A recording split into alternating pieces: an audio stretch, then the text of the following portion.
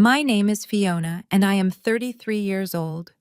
At our annual Christmas dinner, my grandmother handed my parents, my brother, and me each a check for $6 million. Everyone burst out laughing. My dad sneered, telling me it was fake and not to be an idiot. I watched my family tear their checks to shreds and toss them straight into the roaring fireplace. I quietly folded mine and tucked it away. The next morning at the bank, the branch manager's face went completely pale. He pulled me into his glass-walled office and whispered that we needed to talk. Before I reveal what happened next, let me know where you are watching from in the comments below.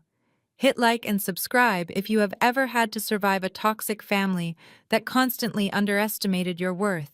Growing up in the upscale suburbs of Chicago, I learned very quickly that love in our house was a strict transaction. You were either building the family legacy or you were an invisible disappointment. My father Howard and my mother Diane made those rules brutally clear from day one. Our sprawling estate with its manicured winter lawns and imposing brick facade was designed to project absolute perfection to the outside world. Inside it was an emotional freezer. Every holiday was an exhausting performance where we all had to play our assigned roles. The dining room table was set with my mother's finest crystal and silver, reflecting the warm light of the massive stone fireplace. The smell of roasted prime rib and expensive pine filled the air. It looked like a picture-perfect holiday gathering, but the emotional temperature in the room was suffocating. I sat quietly pushing food around my plate, observing the dynamic that had dictated my entire life. My 36-year-old brother Cameron sat at the head of the table right next to my father. Cameron was the undisputed golden child of the family. He was loud, arrogant, and completely reckless with money. While I had worked 3 jobs to pay my own way through a state college, Cameron had his private university tuition fully funded by our parents. When he failed his classes, they blamed his professors. When he crashed his brand new sports car, they blamed the weather. He had never faced a single consequence in his entire life. Currently, Cameron was dominating the conversation with his latest grand scheme. He leaned back in his heavy mahogany chair, swirling a glass of $200 Cabernet, and boasted about a new commercial real estate venture downtown. He threw around buzzwords like aggressive leverage and market disruption with the unearned confidence of a man playing with other people's money. He was detailing his plan to acquire a block of historic buildings and gut them for luxury condos. I knew for a fact that his last 3 real estate projects had barely broken, even leaving a trail of angry contractors and unpaid invoices. But in my parents' eyes, Cameron could simply do no wrong.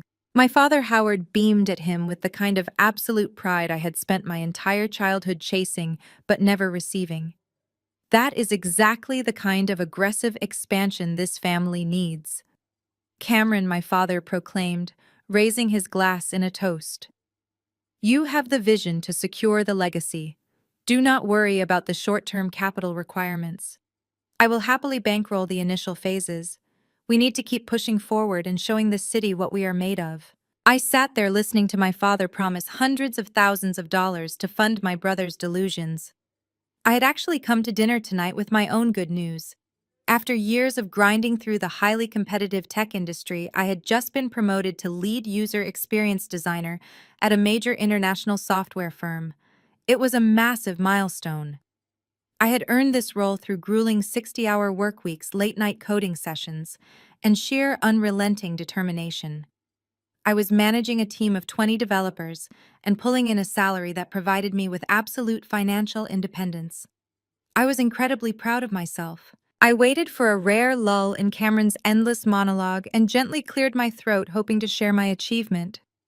I just got my promotion finalized this week, I said, keeping my tone light but hopeful.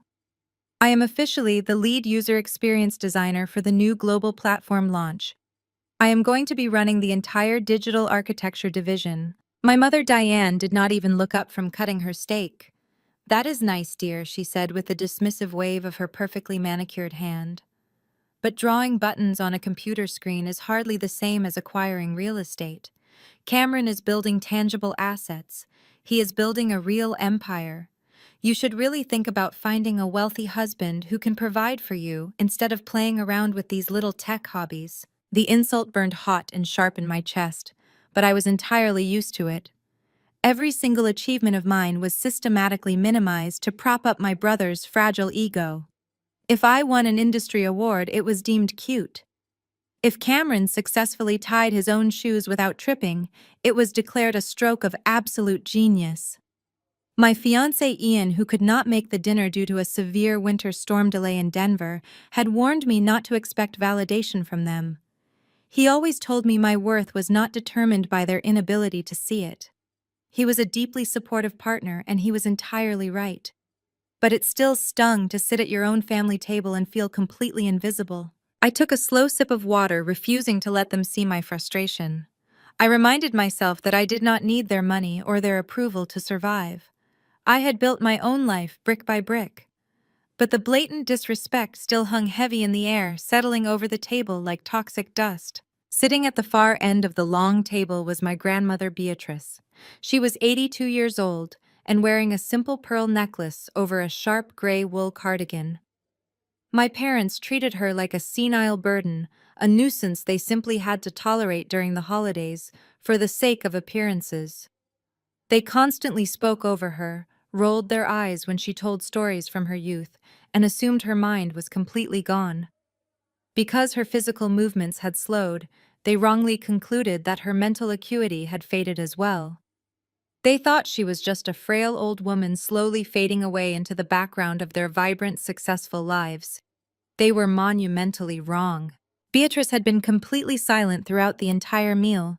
She sat with her back straight, watching the toxic dynamic play out with a piercing, calculating gaze that missed absolutely nothing.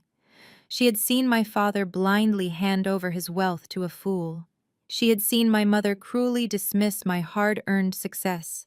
She had absorbed every ounce of arrogance radiating from Cameron. Suddenly, Beatrice picked up her heavy silver spoon and tapped it sharply against her crystal water glass. The sharp, ringing sound cut cleanly through Cameron's endless boasting about zoning laws and municipal permits. The entire table fell silent in shock. My grandmother rarely spoke up during these dinners, preferring to observe from the sidelines. My father looked profoundly annoyed by the sudden interruption. He let out a heavy, dramatic sigh, treating his own mother like a misbehaving toddler. "What is it, Mother?" he asked, his tone dripping with condescension. "Do you need someone to help you find the bathroom again? Are you confused about what day it is?" Beatrice completely ignored his blatant disrespect. She sat up perfectly straight, her eyes clear, sharp, and intensely focused. She reached down into her structured leather handbag resting by her feet. We all watched in confused silence as she slowly pulled out 4 thick, sealed envelopes. The paper was premium heavy stock bearing the embossed logo of a highly exclusive private wealth management firm. She passed them silently down the heavy mahogany table.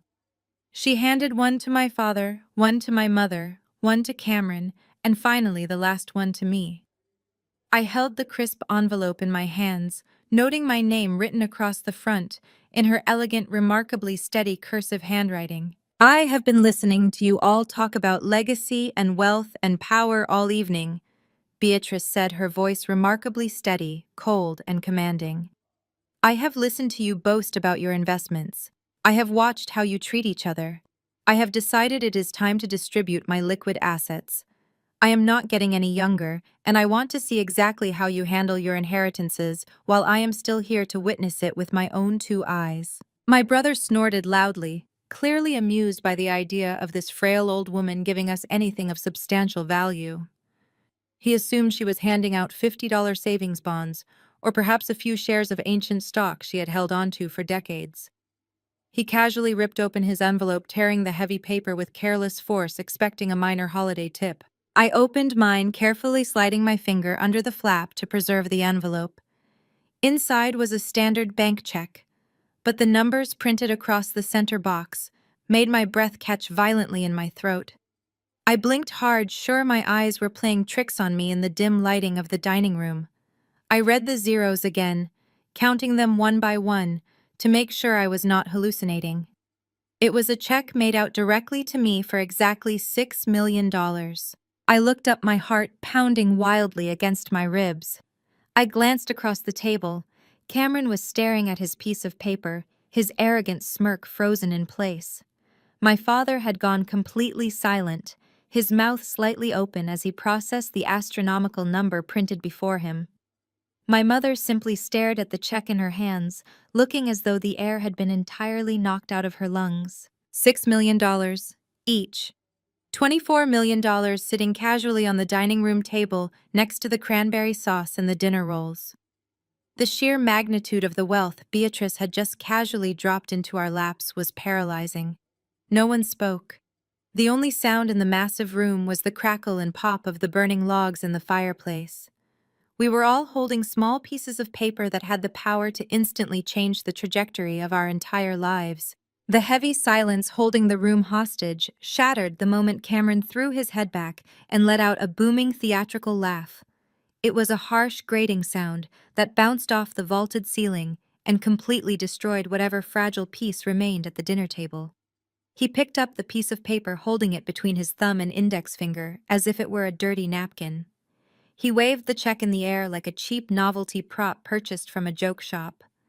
He was thoroughly amused by his own cruelty. "Oh, this is priceless," Cameron chuckled, his face turning red from his own perceived hilarity.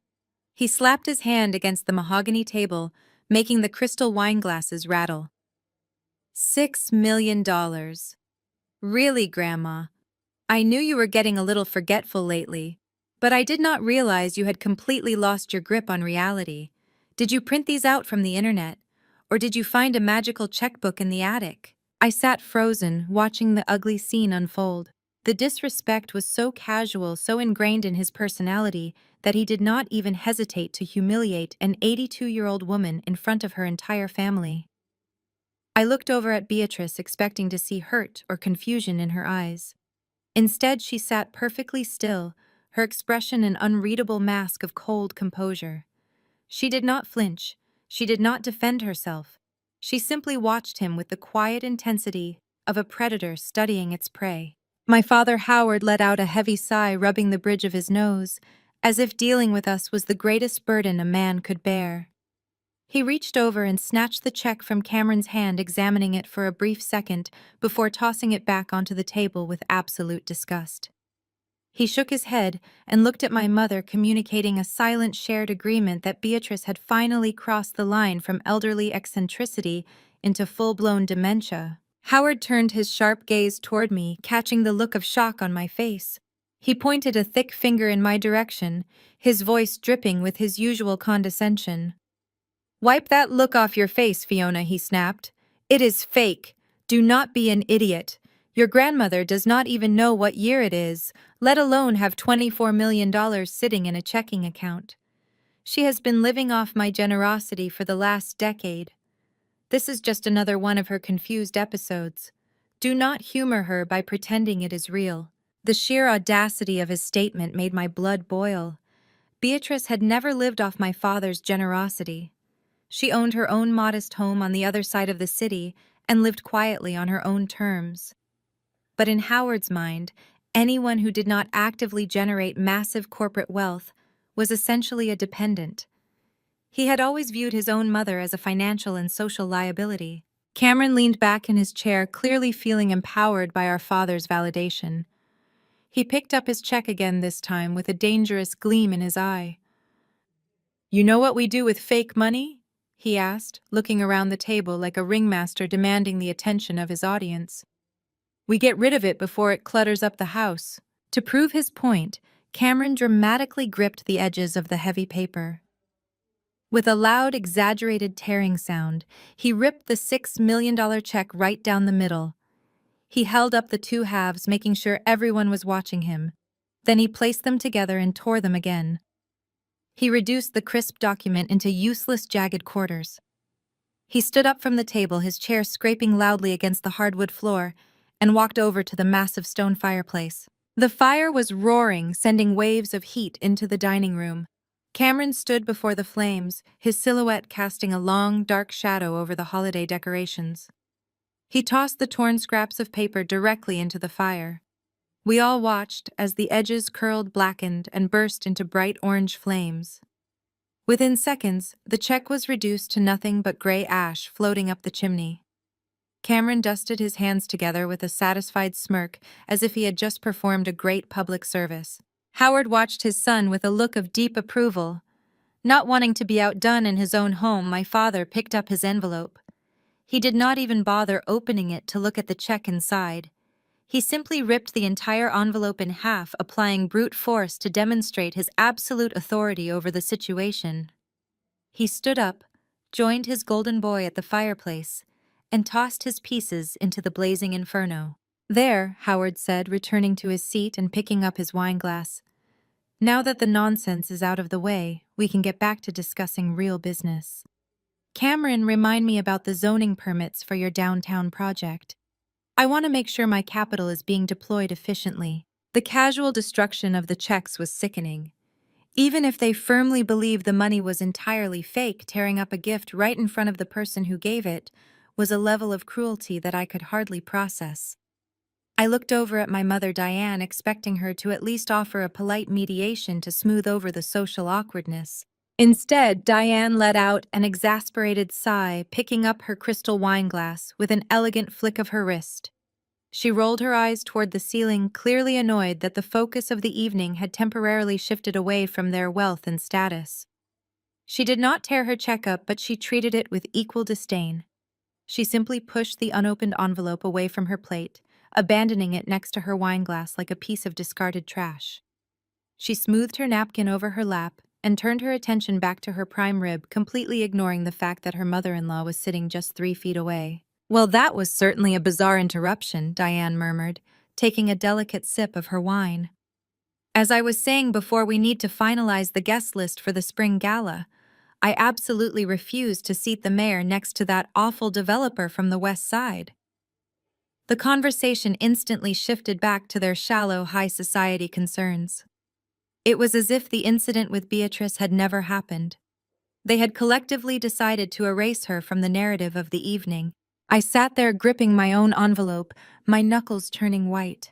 The anger inside me was a living, breathing thing, threatening to spill over. I wanted to scream at them. I wanted to flip the table and demand they show a shred of human decency to my grandmother. But years of surviving in this house had taught me that reacting emotionally only gave them ammunition. If I raised my voice, my father would call me hysterical. If I defended Beatrice, my mother would accuse me of being overly dramatic. They would use my empathy as proof that I was weak and unsuited for their cutthroat world. Cameron noticed me staring at the envelope in my hands. He nudged my father and pointed at me, laughing under his breath. "Look at her, Dad. She is still holding on to it. I think the little designer actually believes she just became a millionaire." Howard let out a short, dismissive scoff. "Fiona, put that garbage away. You are embarrassing yourself. If you want to make real money, you need to stop playing on your computer and learn how the real world works. You are 33 years old. It is time to stop believing in fairy tales." Diane chimed in, her voice dripping with artificial pity. "Just let her keep it, Howard. It is probably the closest she will ever get to seeing a $6 million check. It makes a nice souvenir for her little apartment." Their relentless mockery echoed in my ears, but I forced myself to remain completely still. I looked at Beatrice again. Her eyes met mine down the length of the long table. There was no sadness in her gaze. Instead, there was a silent, commanding intensity, a look that told me to hold my ground. I did not believe for a single second that the check was real.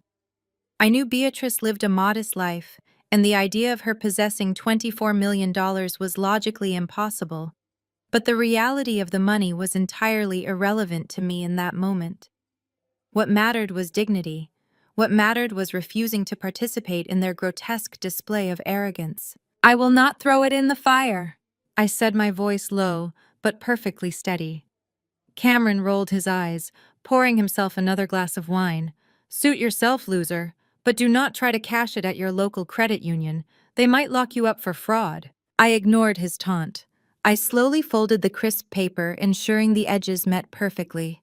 I opened my leather purse resting on the chair beside me and slipped the check safely into the interior zip pocket. I zipped it shut with a definitive click. I did this not out of any delusional hope of sudden immense wealth, but out of basic human respect for my grandmother. She had handed me a gift, and I was going to treat it like one, even if my entire family thought it was a joke. The rest of the Christmas dinner passed in a blur of clinking silver and empty, arrogant chatter.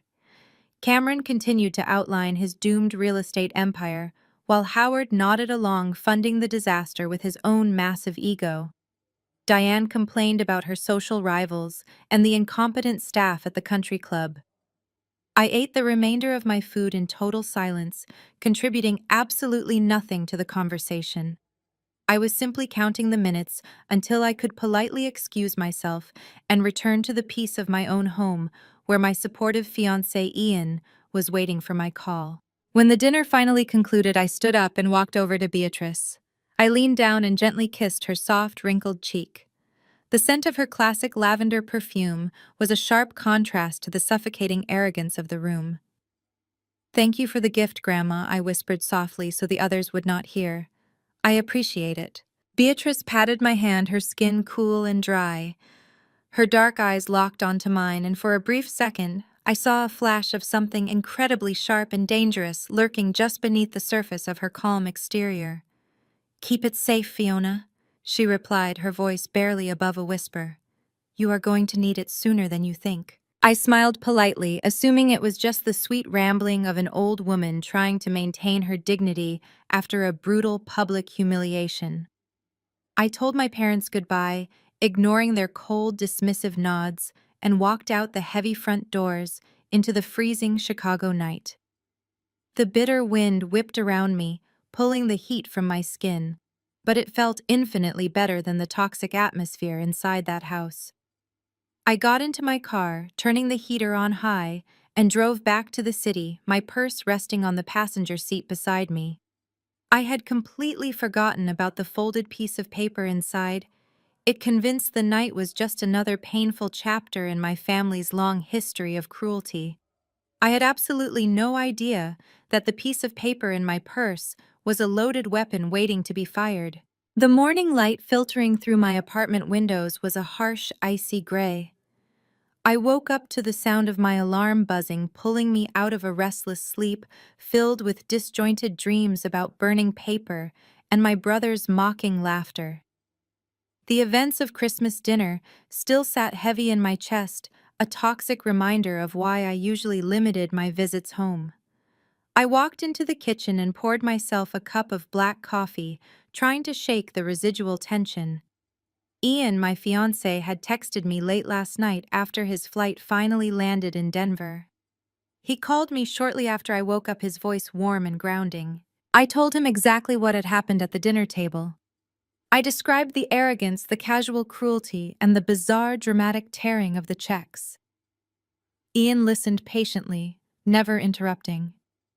When I finished, he let out a heavy breath, expressing his utter disbelief at their behavior. He told me I was incredibly strong for maintaining my composure and reminded me that we had our own life to focus on. A life built on mutual respect and actual achievements. I agreed with him wholeheartedly. But as we hung up, my eyes drifted to my leather purse sitting on the kitchen counter. The folded piece of paper was still inside the zip pocket. I knew it was a fake. It had to be. My grandmother lived a modest life in a modest house and drove a 10-year-old sedan. The idea of her casually handing out $24 million was mathematically and logically impossible. Yet a tiny nagging voice in the back of my head refused to let it go. It was the same voice that drove me to obsessively test my digital designs for unseen errors. I needed closure. I needed a bank teller to hand the paper back to me with a sympathetic smile and confirm it was just a novelty item. Only then could I throw it away and permanently close the book on my family's holiday madness. I dressed for work, putting on a sharp navy blazer and tailored trousers, projecting the professional confidence I needed for my new role as lead user experience designer. I grabbed my purse and headed out into the freezing Chicago morning. My office was located downtown, but I decided to stop at my local bank branch on the way. It was a Tuesday, and the bank had just opened its doors. The interior was quiet, smelling faintly of industrial cleaner and stale coffee. I walked up to the counter where a young teller with a cheerful name tag reading Sarah greeted me. She asked how she could help me today. I pulled the folded check from my purse and smoothed out the crease down the middle. I slid it across the polished marble counter. "I would like to deposit this," I said, keeping my voice entirely casual. "I am fairly certain it is a joke gift from a relative, but I just wanted to verify it before I throw it away." Sarah smiled politely and picked up the piece of heavy paper. She did not even look at the numbers at first, simply flipping it over to check for my endorsement. "Please sign the back," she requested, sliding a pen across the counter. I signed my name, feeling slightly foolish for taking up her time. I handed it back. Sarah took the check and glanced down at the front to key the amount into her computer. I watched the exact moment her brain processed the number written in my grandmother's steady cursive. Her fingers froze, hovering over the keyboard. Her polite customer service smile vanished instantly, replaced by a look of sheer, unadulterated shock. She blinked hard, bringing the check closer to her face as if inspecting the watermarks. Her eyes darted from the paper to the computer screen, and then back to the paper. "Is there a problem?" I asked, preparing to laugh it off and take the fake check back. Sarah did not answer me. Her breathing had become noticeably shallow. She picked up a small scanning device and ran the check through the machine. The scanner whirred, pulling the heavy stock paper through its rollers. A loud automated beep echoed from her terminal. The screen flashed a solid, bright red color. Sarah gasped softly and hit a button on her keyboard, causing her entire monitor to lock immediately. "Ma'am, I am going to need you to wait right here," Sarah stammered, her voice trembling. She did not make eye contact with me. She turned around and practically jogged toward the back offices, clutching the piece of paper to her chest like it was a live explosive. I stood at the counter, feeling a sudden spike of anxiety. My brother Cameron had joked that the bank might arrest me for fraud if I tried to cash it. For a terrifying second, I wondered if my family had set me up. What if this was some elaborate, cruel prank designed to get me in legal trouble? My heart began to hammer against my ribs. I looked around the quiet lobby, half expecting security guards to come marching toward me. Instead, the heavy wooden door of the back office opened, and the branch manager stepped out. I recognized him from previous visits to set up my business accounts. His name was Mr. Harrison. He was a seasoned banker in his late 50s, usually exuding an air of bored professional calm. Today, however, Mr. Harrison looked completely different. He was holding my grandmother's check, and his face was entirely pale. He walked toward my teller station with quick, urgent strides, completely ignoring the other customers in the lobby. "Miss Fiona," he said, his voice tight with suppressed tension, "could you please step into my office right now?" It was not a request. He gestured toward a large glass-walled office at the corner of the building. I nodded, swallowing hard, and followed him. As I walked past the teller station, I noticed Sarah watching me with wide, terrified eyes. I stepped into the office, and Mr. Harrison closed the door firmly behind us, shutting out the ambient noise of the bank lobby. He moved to the electronic blinds, pressing a button that caused the frosted panels to slide shut, completely blocking us from the view of anyone outside. "Please sit down," he instructed, gesturing to a leather chair across from his massive desk. I sat, my hands gripping the armrests. "Look, I know it is a fake," I started, rushing to explain myself. "My grandmother gave it to me at Christmas dinner. My whole family thought it was a joke. I just wanted to confirm it before I threw it away. I swear I am not trying to commit fraud." Mr. Harrison held up his hand, stopping my frantic explanation. He sat down heavily in his chair, placing the check carefully on the pristine surface of his desk. He stared at it for a long moment before finally looking up at me. He leaned across the desk, closing the distance between us, and lowered his voice to a hushed, urgent whisper. "Mom, we need to talk," he said. I braced myself for a lecture on bank policy or a threat to call the police. I took a deep breath, ready to defend myself. "This check is not a fake," he whispered. His eyes locked onto mine. I stared at him, my brain completely rejecting the words he had just spoken. "Excuse me," I asked, sure I had misheard him. Mr. Harrison picked up a secure tablet from his desk. He tapped the screen several times, pulling up a highly restricted banking interface that I had never seen before. When Sarah scanned the routing numbers on this document, it triggered an automatic security lockdown on her terminal. He explained, his voice still incredibly low. That happens when a branch-level employee attempts to process a transaction linked to a Tier 1 private wealth management account. I do not understand what that means, I replied, my voice shaking. It means, he continued, tapping the screen again, that this check is drawn from an account so exclusive and so heavily fortified that my local tellers do not even have the security clearance to view the balance. I had to use my executive override to contact the Central Wealth Management Division in New York directly to verify the routing numbers and the signature. He turned the tablet slightly so I could see the screen. It was displaying a secure communication log with a high-level banking executive. I just got off the phone with their lead verification officer, Mr. Harrison said, taking a deep breath. They confirmed the account belongs to Beatrice. They verified the signature matches her authorized biometric records, and they confirmed the funds. He paused, looking at me with an expression of pure, unadulterated awe. The funds are there, Fiona. Every single cent. The check is completely real. The air vanished from the room. My ears began to ring with a high-pitched whine. I gripped the leather armrests of the chair so hard my fingers ached. I tried to speak, but my throat was completely dry. You mean to tell me I choked out my voice, sounding like it belonged to someone else, that my grandmother actually has $6 million? Mr. Harrison let out a breath that sounded almost like a laugh. Mom, an account of this tier requires a minimum standing balance of $50 million just to open it. I have no idea how much wealth your grandmother actually possesses, but I can guarantee you it is staggering. And right now I have direct authorization from New York to clear this transaction immediately. He typed a final sequence of numbers into his secure tablet. He hit the enter button with a definitive click. I watched his screen load. A bright green confirmation banner appeared across the interface.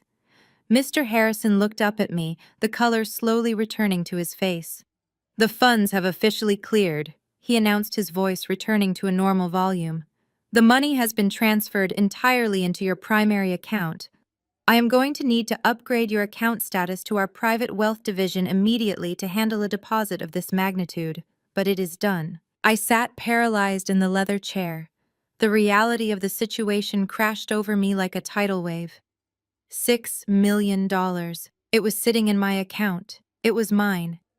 My grandmother, the woman my parents and brother treated like a senile, helpless burden, was secretly sitting on an empire of staggering wealth. And then the second realization hit me, striking with the force of a physical blow.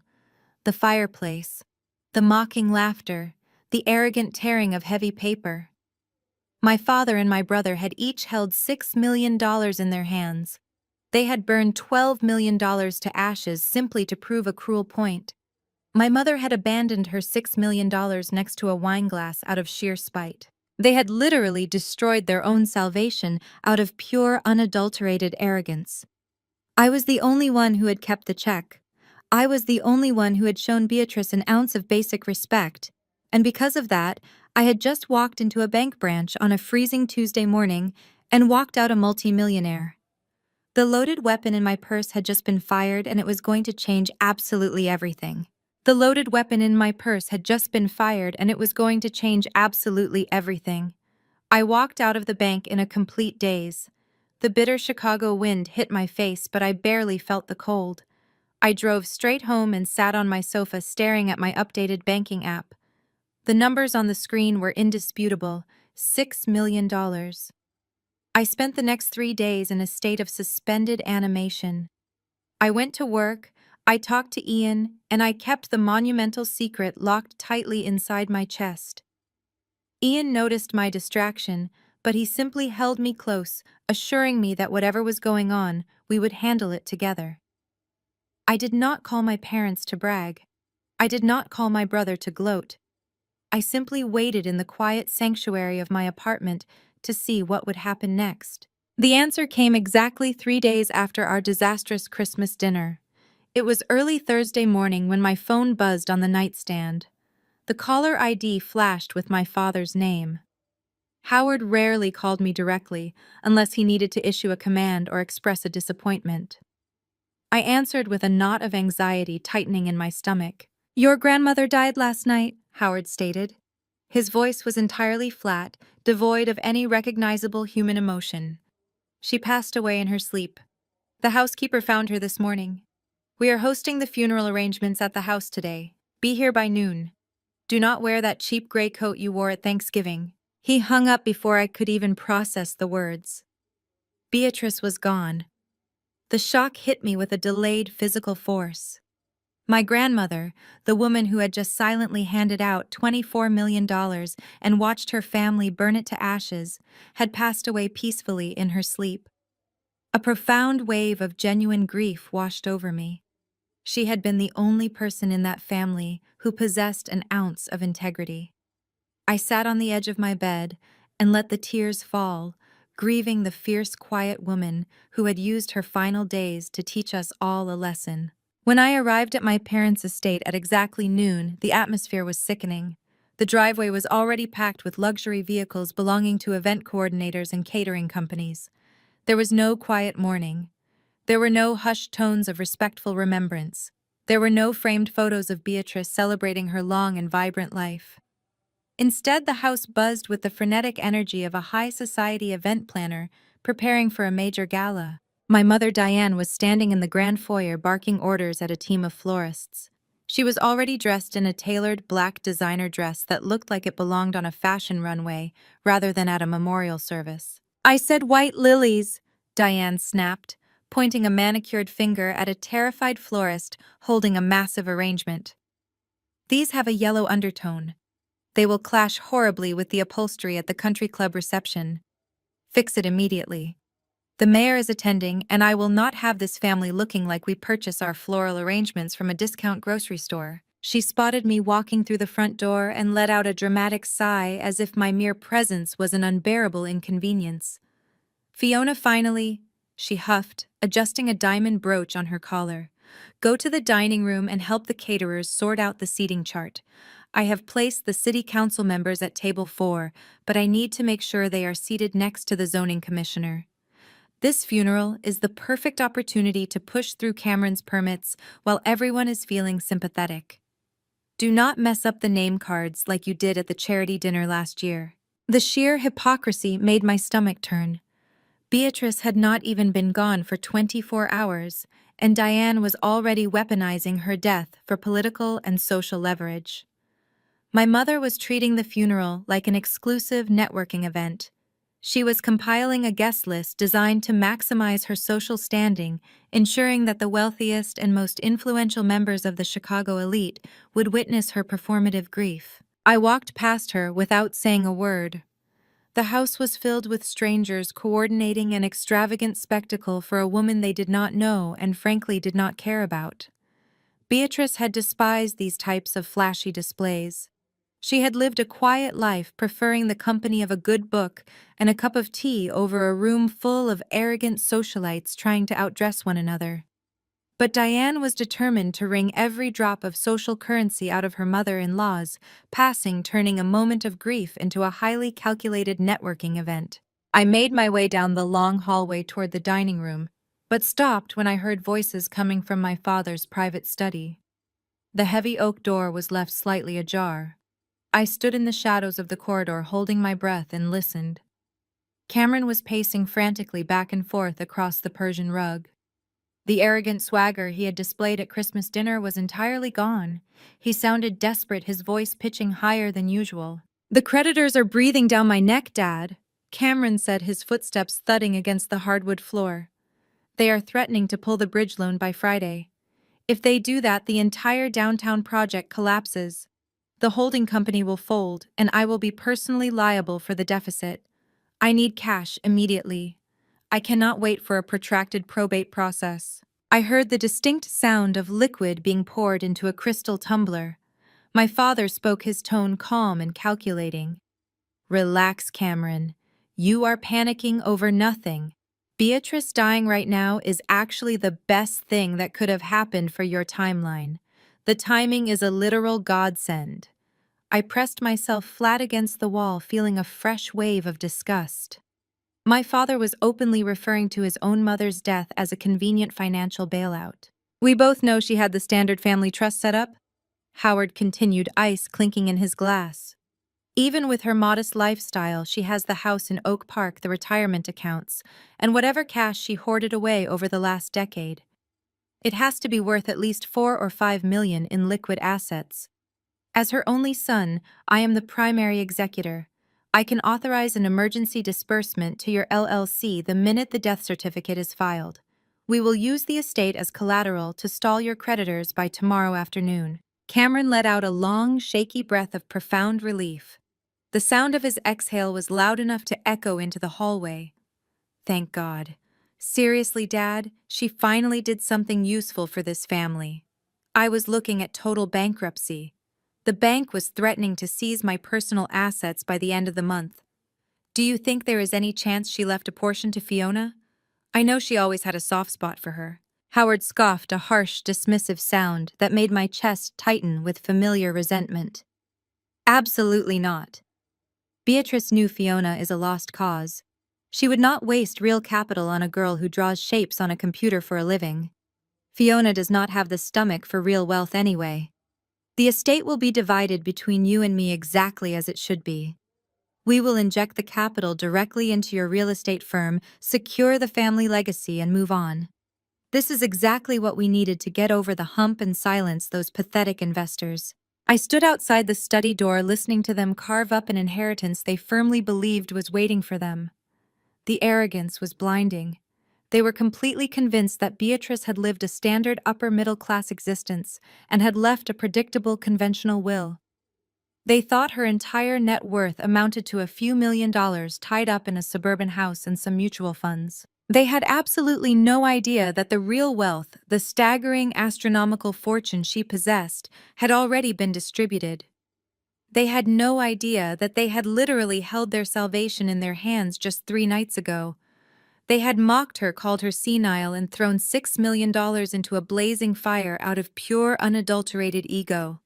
And most importantly, they had absolutely no idea that I was standing in the hallway holding the only surviving piece of that fortune. I quietly backed away from the study door, my heart pounding with a mixture of grief and mounting anticipation.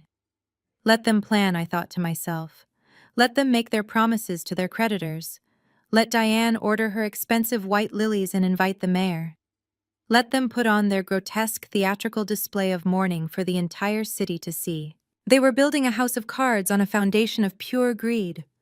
They were treating Beatrice's passing as a lucky financial break, a convenient solution to Cameron's gross incompetence. They felt so powerful, so secure in their position at the top of the family hierarchy. I walked into the dining room to help the caterers, just as Diane had commanded. I sorted the seating charts, placing the city council members exactly where my mother wanted them.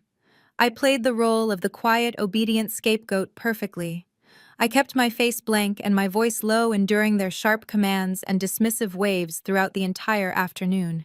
I knew the reading of the will was scheduled for the day after the funeral at the downtown office of her attorney.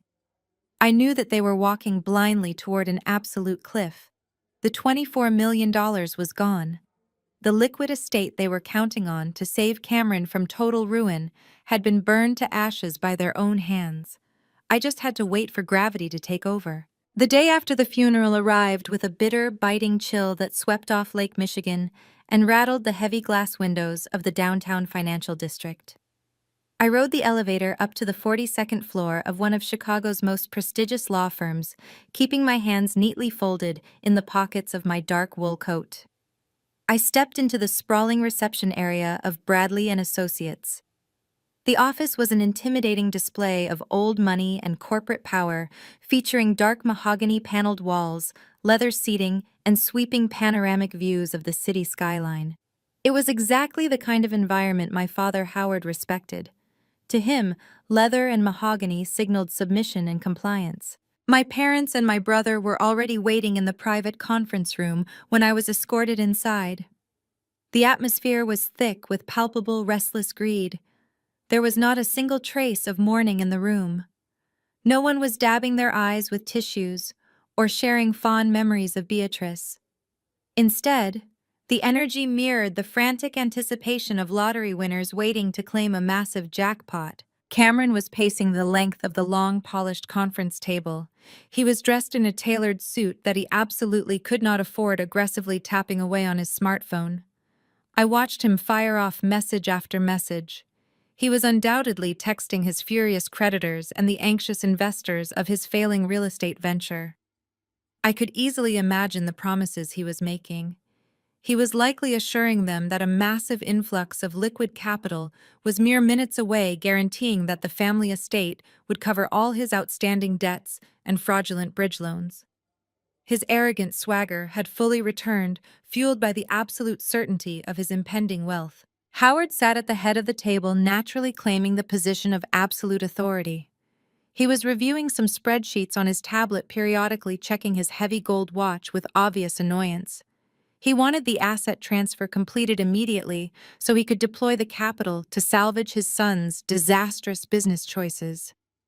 Diane was seated next to him, complaining to a paralegal about the temperature of the room and the quality of the espresso she had been served.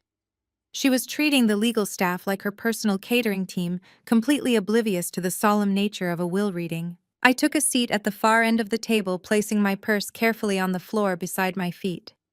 I remained entirely silent, offering no greetings and responding to no complaints. I simply watched the three of them operate in their bubble of supreme entitlement. They were so spectacularly confident. They had already spent the money in their minds. The heavy door to the conference room opened and Bradley walked in. He was a sharp, no-nonsense estate attorney in his late 60s. He had represented Beatrice for over 2 decades.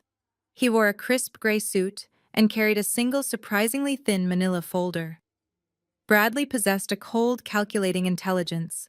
He knew my grandmother perfectly, and more importantly, he understood exactly how toxic my father and brother were. He did not offer any fake pleasantries or empty condolences as he took his seat at the opposite end of the table. "Let us get straight to business, Bradley," Howard commanded, leaning forward and folding his hands on the polished wood. "We have a lot of moving parts to manage today. Cameron has a major commercial acquisition downtown that requires immediate capitalization. I need the liquid assets transferred to my primary holding accounts by the end of business today so I can authorize the disbursements. Skip the formalities and just give us the final numbers." Bradley did not flinch at my father's demanding tone. He calmly adjusted his silver-framed glasses and opened the thin manila folder. He looked at Howard with a completely blank expression devoid of any professional deference. Howard frowned, looking at the single piece of paper resting inside the folder. "Is that the summary? Where is the rest of the documentation?" "My mother's estate should require a comprehensive portfolio. She owned the Oak Park property, the retirement accounts, and the mutual funds. I need the full itemized ledger." "There is no itemized ledger for liquid assets," Howard Bradley replied, his voice smooth and incredibly dry. "Your mother updated her last will and testament precisely 5 days before her passing. She simplified her estate considerably. I will now read the final directive regarding her liquid capital." Cameron stopped pacing and leaned against the glass wall, crossing his arms with a smug, triumphant smile.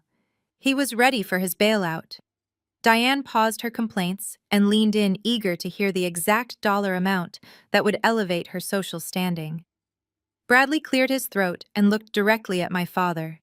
He read the exceptionally brief document aloud, ensuring every single syllable carried its full weight. "To my son, daughter-in-law, and grandchildren, I distributed the entirety of my liquid estate to you on Christmas Day. Whatever you chose to do with your inheritance is your own burden to bear." Bradley closed the manila folder with a soft, definitive snap. He folded his hands precisely over the closed file. "That concludes the reading of the liquid estate distribution," he announced. For 10 agonizing seconds, the room went completely dead. The silence was absolute, heavy, and suffocating. The words hung in the air, floating above the mahogany table like a toxic gas. The gears in their heads were grinding desperately, trying to process the information. "What the hell does that mean?" Cameron barked, pushing himself off the glass wall. His arrogant smile had vanished, replaced by a deep, angry confusion.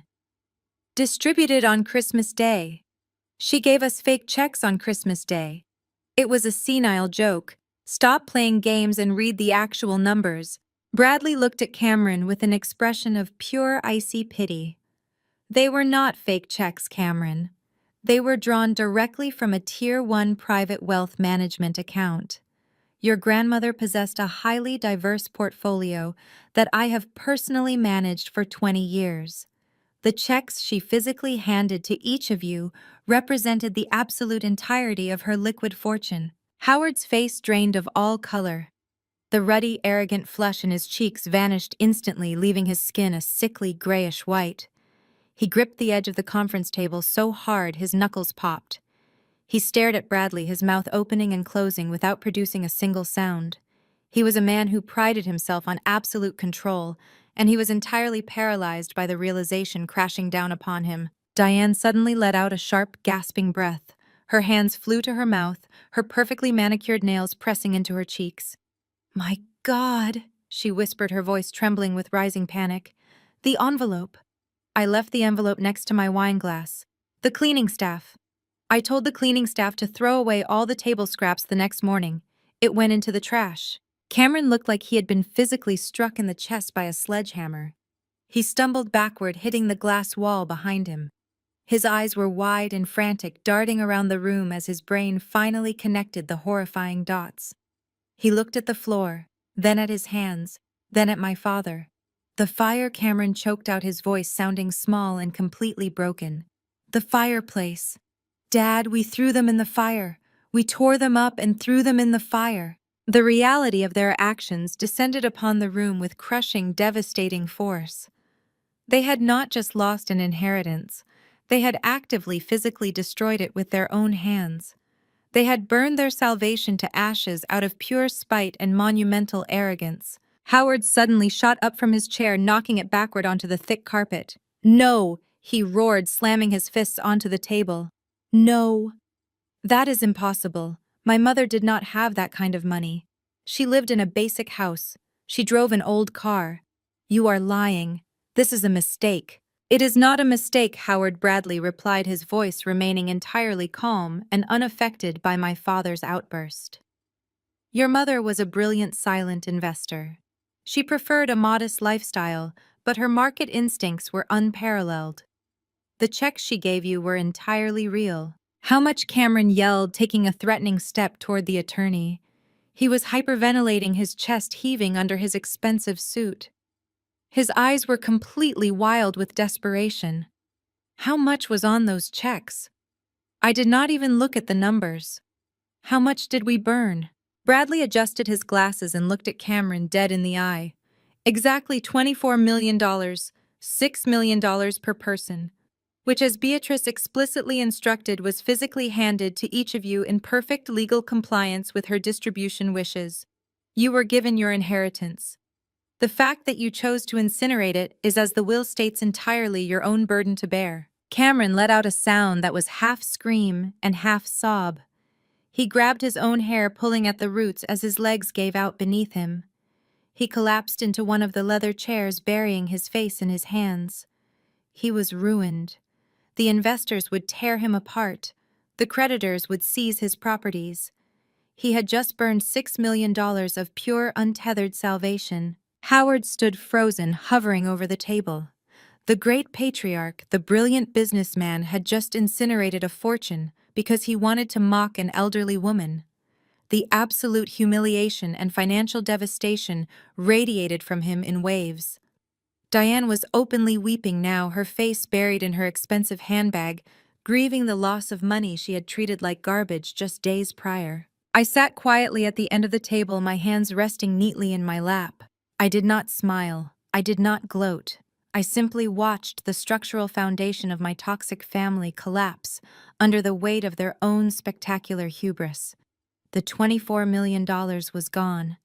The grand bailout was a pile of gray ash sitting at the bottom of a chimney in the suburbs, and I was the only person in the room who knew exactly where one surviving piece of that fortune currently resided. Cameron was the first to break the suffocating silence. He launched himself out of the leather chair, his hands slamming down flat against the polished mahogany table. The sudden violent movement rattled the water pitchers. He leaned aggressively toward Bradley, his face contorted into a mask of pure desperation. "Reprint them!" Cameron demanded, his voice cracking with a frantic, breathless panic. "You are her attorney. You have the routing numbers. You manage the estate. Just print a new set of checks right now. We will sign whatever waivers you need. Just cut the paper, Bradley." Bradley did not even blink. He looked at Cameron with the detached fascination of a scientist observing an insect. "I cannot do that, Cameron. I do not have the authority to print new checks, nor do I have access to those specific funds. The physical checks your grandmother handed you were the sole legal instruments of transfer. They were bearer instruments drawn from a closed account. Once you destroyed them, you destroyed your only means of accessing the capital." "This is absurd!" Diane shrieked. She shot up from her chair, her tear-stained face twisting into a venomous scowl. The performative grief she had worn to the funeral was entirely gone, replaced by pure, unadulterated avarice. My mother-in-law was a sick, confused old woman. She was 82 years old and completely out of her mind. You cannot legally enforce a distribution of this magnitude when the benefactor was suffering from severe cognitive decline. We will take this to probate court. We will have the entire distribution annulled based on mental incompetence. You are committing malpractice by even entertaining this." Bradley did not raise his voice. He simply reached into his remarkably thin manila folder and pulled out 3 stapled packets of paper. He slid them smoothly across the long table, stopping exactly in front of my father. "I anticipated this exact reaction," Diane Bradley stated, his tone devoid of any sympathy. "And more importantly, Beatrice anticipated it. She knew you would immediately attempt to declare her incompetent the moment her financial decisions did not favor you. Please review those documents, Howard." My father picked up the packets with trembling hands. His eyes darted back and forth across the pages. "Those are 3 independent psychiatric evaluations," Bradley explained, leaning back in his chair and steepling his fingers. "They were conducted on December 18th, 19th, and 20th. 3 different board-certified specialists, completely unaffiliated with one another, spent several hours examining your mother. They administered rigorous cognitive testing. All 3 doctors signed sworn affidavits declaring that Beatrice possessed a level of mental acuity sharper than most people half her age. She was legally, medically, and unequivocally of sound mind. Any judge in the state of Illinois will laugh you out of the courtroom if you attempt to challenge her competency." Howard dropped the papers onto the table as if they had burned his fingers. The fight completely drained out of him. The patriarch of the family, the man who controlled every narrative and dictated every financial move, was entirely paralyzed by the brilliance of his own mother's trap. Cameron, however, refused to accept defeat. His breathing was ragged, his chest heaving under his tailored suit. The arrogant real estate developer was disintegrating before my eyes, reduced to a terrified man facing absolute financial ruin. "Then, where is the money?" Cameron shouted, pointing a shaking finger at the empty space in front of Bradley. "If the checks are gone, the money from her account did not just vanish into thin air. It has to sit somewhere. Transfer the balance to my business accounts right now. I am her grandson. I am the legacy of this family." "The money is gone," Cameron Bradley said, delivering the final crushing blow with absolute precision. "Your grandmother was a meticulous planner. She engineered this distribution with a strict execution window. Any funds from those specific checks that were not deposited into a verified account within 48 hours of her death were automatically subjected to a reversion clause." "What does that mean?" Howard rasped, his voice sounding dry and hollow. "It means," Bradley continued, "that the moment the bank was notified of her passing, the uncashed funds were immediately swept out of the holding account and reabsorbed into a blind, irrevocable, charitable trust. The transfer is automatic and permanent. That trust is managed by an independent board in New York. The $24 million will be dispersed to various wildlife and literacy charities over the next 50 years. You have 0 legal claim to it. You cannot sue the trust. You cannot petition the board. The money you burned is permanently out of your reach." The absolute finality of Bradley's words struck the room like a physical shockwave. The escape routes were all systematically sealed. There was no legal loophole. There was no medical override. There was no hidden secondary account waiting to bail them out. Beatrice had locked the doors, barred the windows, and watched them strike the match themselves. Cameron began to pace the room again, but his movements were erratic, devoid of his usual confident swagger. He gripped his head, his fingers pulling violently at his own hair. He was muttering to himself a frantic stream of numbers and names. I could hear him whispering about his creditors, the massive bridge loans, the foreign investors who were expecting a return by the end of the month. He had leveraged everything he owned against the promise of this inheritance. His entire life was built on a foundation of debt, and the only asset that could have saved him was currently sitting as gray ash at the bottom of his parents' fireplace. "I am going to lose everything!" Cameron gasped, his back hitting the glass wall of the conference room. "The investors are going to seize the downtown properties. They will take my house. They will liquidate my personal accounts. I am completely bankrupt." Howard sat frozen, staring blankly at the mahogany grain of the table. He had secretly funneled his own retirement funds into Cameron's failing business, risking his own financial security to prop up his golden boy.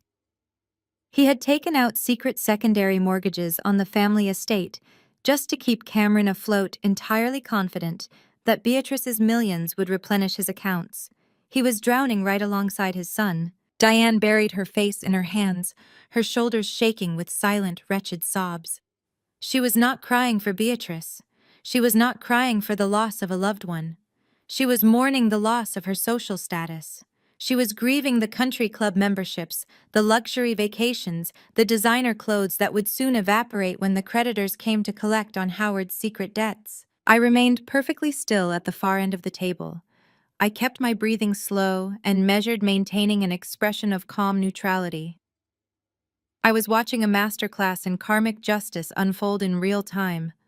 For 33 years, I had been the family scapegoat. I had been dismissed, mocked, and financially cut off because I chose to build a quiet, honest career rather than participate in their toxic, high-stakes charades.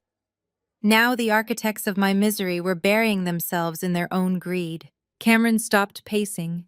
He stood frozen near the window, his chest rising and falling heavily. He stared at the floor, his mind desperately spinning for a way out, any possible lifeline to drag himself out of the financial grave he had dug. Then his frantic movements ceased entirely. He slowly raised his head.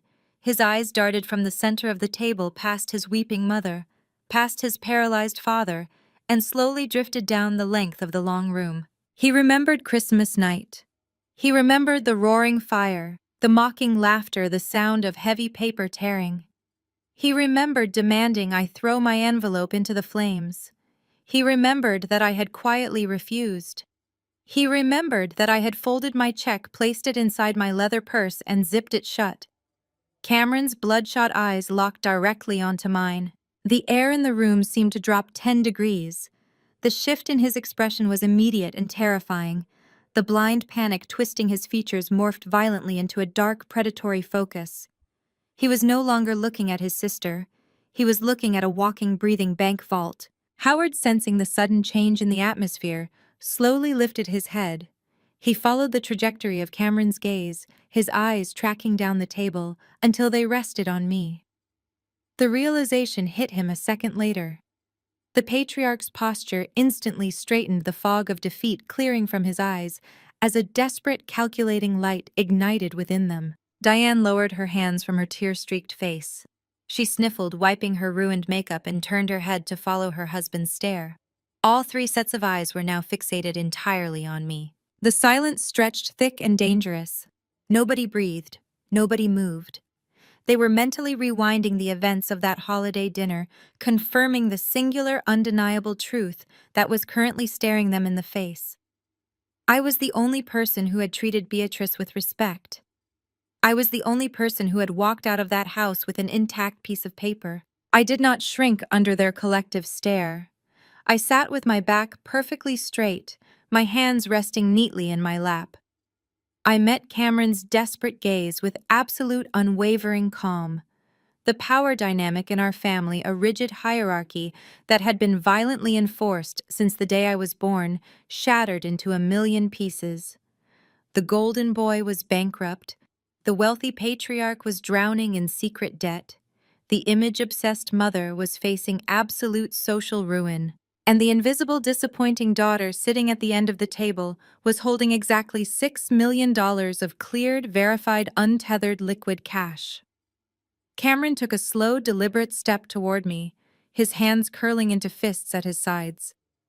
The desperation in his eyes had been entirely replaced by a sickening, entitled expectation. The true battle was no longer about the money they had burned. It was about the money they were now absolutely certain belonged to them. The frantic knocking started at exactly 6:30 the following evening. I was sitting at my kitchen island entering the final code blocks for a major user interface update while my fiancé Ian was cooking dinner. The heavy pounding against the apartment door was erratic and aggressive. We did not have a doorman in our building, and whoever was outside had simply bypassed the buzzer system by slipping in behind another tenant. I shared a look with Ian. He slowly wiped his hands on a dish towel, his jaw tightening. I pulled up the security camera feed on my phone. Standing in the hallway, glaring directly into the lens were my parents, Howard and Diane. "Let them in," I told Ian, my voice steady. "It is better to get this over with now." Ian opened the door, and Howard immediately pushed past him, stepping into our living room with the arrogant assumption that he owned the space simply by occupying it. Diane followed close behind, her eyes quickly scanning the modest but comfortable apartment, taking mental inventory of everything we owned. Neither of them offered a greeting to Ian. They did not take off their coats. They marched straight toward the kitchen island where I was sitting. Howard did not waste a single second on pleasantries. He slammed a heavy leather folder onto the counter right next to my laptop. The thud made my coffee cup rattle. "We need to get this resolved immediately," Howard commanded, his voice tight and breathless. He was wearing the same suit he had worn to the lawyer's office yesterday, and he looked exhausted. "I have the routing numbers for Cameron's primary business accounts right here. I have spoken to my corporate attorney, and we have drafted a family restructuring agreement.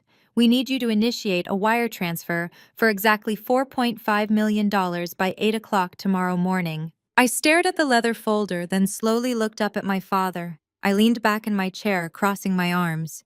"You broke into my building uninvited to hand me a piece of paper demanding I wire $4.5 million to my brother." "It is not a demand." Fiona Howard snapped, his face flushing with immediate annoyance. "It is a necessary reallocation of family assets. Beatrice made a colossal mistake by attempting to distribute her wealth without consulting me. She was clearly suffering from cognitive decline, and she created a massive logistical nightmare. Now we have to clean up her mess. The bridge loan on Cameron's downtown project is officially defaulting on Friday. If we do not inject liquidity into his holding company immediately, the investors are going to pull their capital and seize the collateral. The family legacy is on the line. I am giving you the instructions on how to fix this." "You are giving me instructions?" I repeated, shaking my head in sheer disbelief. "Dad, the money belongs to me.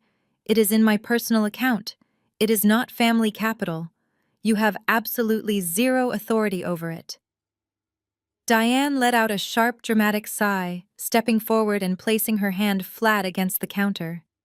She attempted to use her soothing maternal voice, a tone she only deployed when she was trying to manipulate someone into submission. "Fiona, darling, you need to be reasonable," Diane said, her eyes wide with manufactured concern.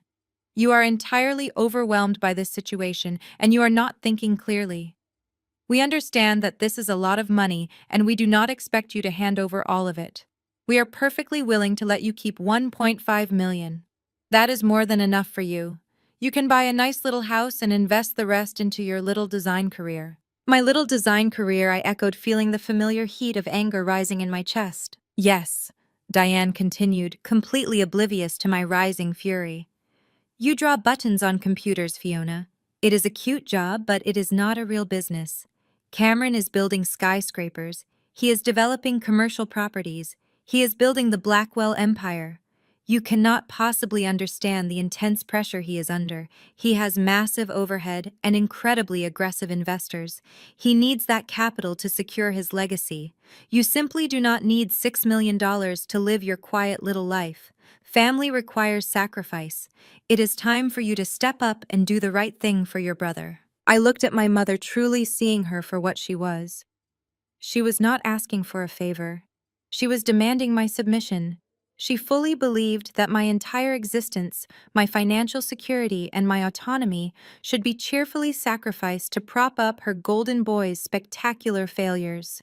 You want me to sacrifice my inheritance to save Cameron?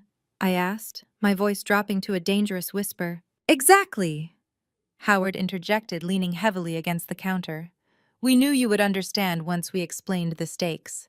I will call the bank manager first thing in the morning and authorize the transfer on your behalf. I slowly pushed the leather folder back across the island, sliding it directly toward my father. No, I said. Howard froze. His hand paused halfway to the folder. He looked at me as if I had suddenly started speaking a foreign language. Excuse me, he demanded. I said no. I repeated, pronouncing the word with absolute clarity. I am not wiring Cameron $4.5 million. I am not wiring him $4. I am not giving you a single cent. The silence in the kitchen was absolute. Ian stood quietly near the stove, a silent physical barrier between me and the hallway. Howard's face turned a deep, violently angry shade of red. Fiona, you will do exactly what I tell you to do, he roared, slamming his fist against the counter. You are my daughter. You do not dictate financial policy in this family. That money was meant for Cameron. Beatrice was senile and she made a mistake. You are going to correct it right now. She was not senile, Dad, I shot back, standing up from my chair and matching his volume. She was brilliant. She knew exactly what she was doing. She knew that you and Cameron were arrogant and greedy and entirely self-absorbed. She handed you your inheritance on a silver platter. You held $6 million in your own hands, both of you. And what did you do? I leaned forward, bracing my hands against the island, locking eyes with my father. You tore it into pieces and threw it in the fireplace because you wanted to mock her. You burned your own money to ashes because your ego was too massive to accept a gift from a woman you thought was beneath you. Do not speak to me like that, Howard shouted, pointing a shaking finger at my face. I will speak to you exactly how I want to. I snapped, refusing to back down. You made your choice. You burned your salvation. You burned Cameron's bailout. You burned your precious family legacy. And now you expect me to clean up your mess. You expect me to hand over the only piece of the fortune that survived simply because I was the only person at that table who showed a shred of basic human respect. The answer is absolutely not. You will never see a dime of that money. It is mine, and it is locked away. Diane let out a sharp, hysterical gasp. She stepped back from the counter, clutching her expensive handbag to her chest. Her face twisted into a mask of pure, unadulterated venom. The maternal manipulation vanished entirely, replaced by absolute rage. You selfish little traitor, Diane screamed, her voice echoing shrilly through the apartment. You ungrateful, vicious little girl. We gave you everything. We clothed you and fed you and raised you. And the moment you get a taste of real money, you turn your back on your own blood. You are deliberately trying to ruin your brother out of pure jealousy. You always hated him because he was better than you. Because he was successful and you were just a pathetic little artist. He is not successful, Mom. I fired back the truth, hitting the room like a physical blow. He is bankrupt. He is a fraud. He has been stringing along investors for years and now his house of cards is collapsing. And you are so desperate to maintain your country club image that you are willing to rob your own daughter to keep his lies afloat. How dare you? Howard bellowed, lunging slightly forward. Ian immediately stepped in front of the island, physically blocking my father's path. That is enough, Ian stated, his voice low, deep, and entirely uncompromising. You need to leave, right now. Howard stopped, glaring at Ian with absolute contempt. You stay out of this. This is family business. Not anymore, Ian replied. Fiona gave you her answer. The money is hers. Now get out of our home before I call building security and have you physically removed for trespassing. Howard stared at Ian, his chest heaving. He looked back at me, the pure hatred in his eyes sending a brief chill down my spine. This was not a father looking at his child. This was a cornered predator looking at an obstacle. "You are making the biggest mistake of your life," Fiona Howard hissed, his voice dropping to a dangerous, menacing whisper. "You think you can steal my family's legacy and just walk away? You have absolutely no idea what I am capable of. I will make sure you lose every single penny. I will break you." He grabbed the leather folder off the counter, turning sharply on his heel. "Come, Diane, we are done here." Diane glared at me, her eyes brimming with toxic, furious tears. "You are dead to me," she spat, her voice shaking. "Do not ever call me again."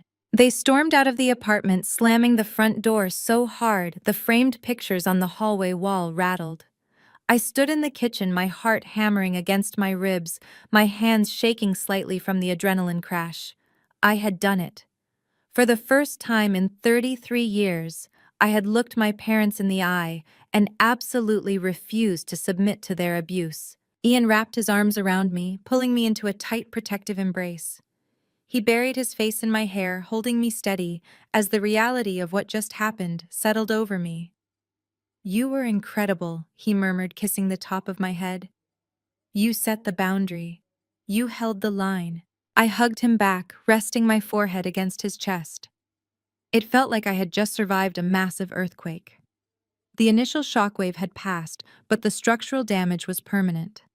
I had drawn the line in the sand, and I knew with absolute terrifying certainty that my father was not making an empty threat. He was going to come after me. The war had just officially begun. The very next morning, the retaliation started before the sun even fully cleared the Chicago skyline. I was standing in the kitchen pouring my first cup of coffee when Ian's cell phone buzzed on the kitchen island. He glanced at the screen and his brow furrowed. It was an unknown number, but the area code was from the affluent suburb where my parents lived. Ian answered, putting it on speakerphone so I could hear. "Ian, dear, it is Diane." My mother's voice drifted out of the speaker. It was sickeningly sweet, laced with an artificial tremor of maternal distress. "I know things got a little heated last night, but I am calling because I am genuinely terrified for Fiona." Ian leaned against the counter, crossing his arms. "What exactly are you terrified of, Diane?" he asked, his tone perfectly polite, but offering absolutely no warmth. My mother let out a practiced, fragile sigh. "Fiona is not well, Ian. She has always had these episodes of instability and greed, but this time she has gone too far. She manipulated my poor senile mother-in-law in her final days. Beatrice had no idea what she was signing, and Fiona took advantage of a dementia-riddled woman to steal Cameron's business capital. She robbed her own family, Ian. I am telling you this because I care about you. You are marrying a woman who is currently committing elder financial abuse. She is going to drag you down with her when the authorities get involved." I stood frozen, the coffee pot trembling in my hand. She was attempting to poison the one person who stood between me and their wrath. She was framing me as a criminal to my own fiancé. Ian did not miss a beat. "Diane," he said, his voice dropping to a dangerous, unyielding register. "I was standing right next to Fiona when you and Howard broke into our home. I heard you demand her money to bail out your bankrupt son. Do not ever call my phone again to peddle your pathetic lies. If you or your husband attempt to contact me, I will file a harassment charge." He ended the call and instantly blocked the number. He looked up at me, offering a reassuring smile, but I could feel the cold dread pooling in my stomach. If my mother was willing to call Ian, she was not going to stop there. My fears were validated exactly 3 hours later. I was sitting at my desk at the tech firm reviewing interface wireframes when my office phone rang. It was the executive assistant to the vice president of human resources requesting my immediate presence on the top floor. I walked into the massive corner office to find the VP standing behind her desk, looking profoundly uncomfortable. "Fiona, please sit," she instructed, gesturing to a chair. "I received a highly concerning phone call this morning from a woman claiming to be your mother. She stated that you are currently the subject of an active criminal investigation for grand larceny and elder fraud. She claimed you stole $24 million from a compromised elderly relative. The sheer audacity of Diane's campaign hit me like a physical blow. She was actively trying to destroy my career.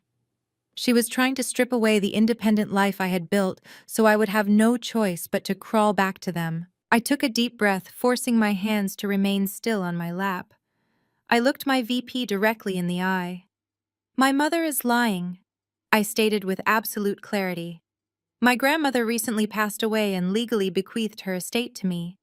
My family is attempting to contest the distribution because my brother is facing bankruptcy. They demanded I give them the money last night and I refused. There is no criminal investigation. I have broken no laws. This is a malicious smear campaign designed to intimidate me into handing over my inheritance." The VP let out a long breath, visibly relaxing. "I assumed as much given your flawless track record here, but corporate policy dictates that I must inquire when such serious allegations are reported.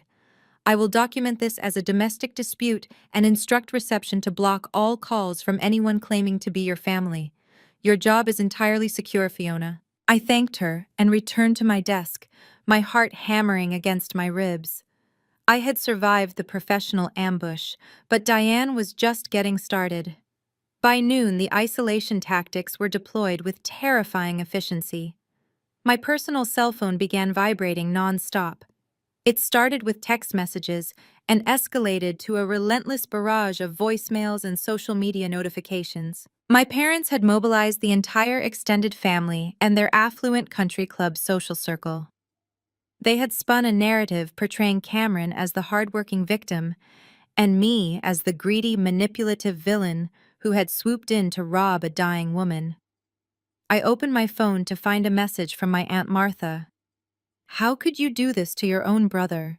He has a business to run, and you steal his legacy to fund your selfish lifestyle. You are a monster." Then came a voicemail from a family friend I had known since childhood. "Fiona, we are all so disappointed in you. Your mother is completely devastated. Return the money you stole before you end up in prison. You are a gold digger tearing your own family apart." The messages poured in wave after wave of toxic judgment from people who had not spoken to me in years. Cousins, uncles, family acquaintances, they all bought Diane's story without a single question.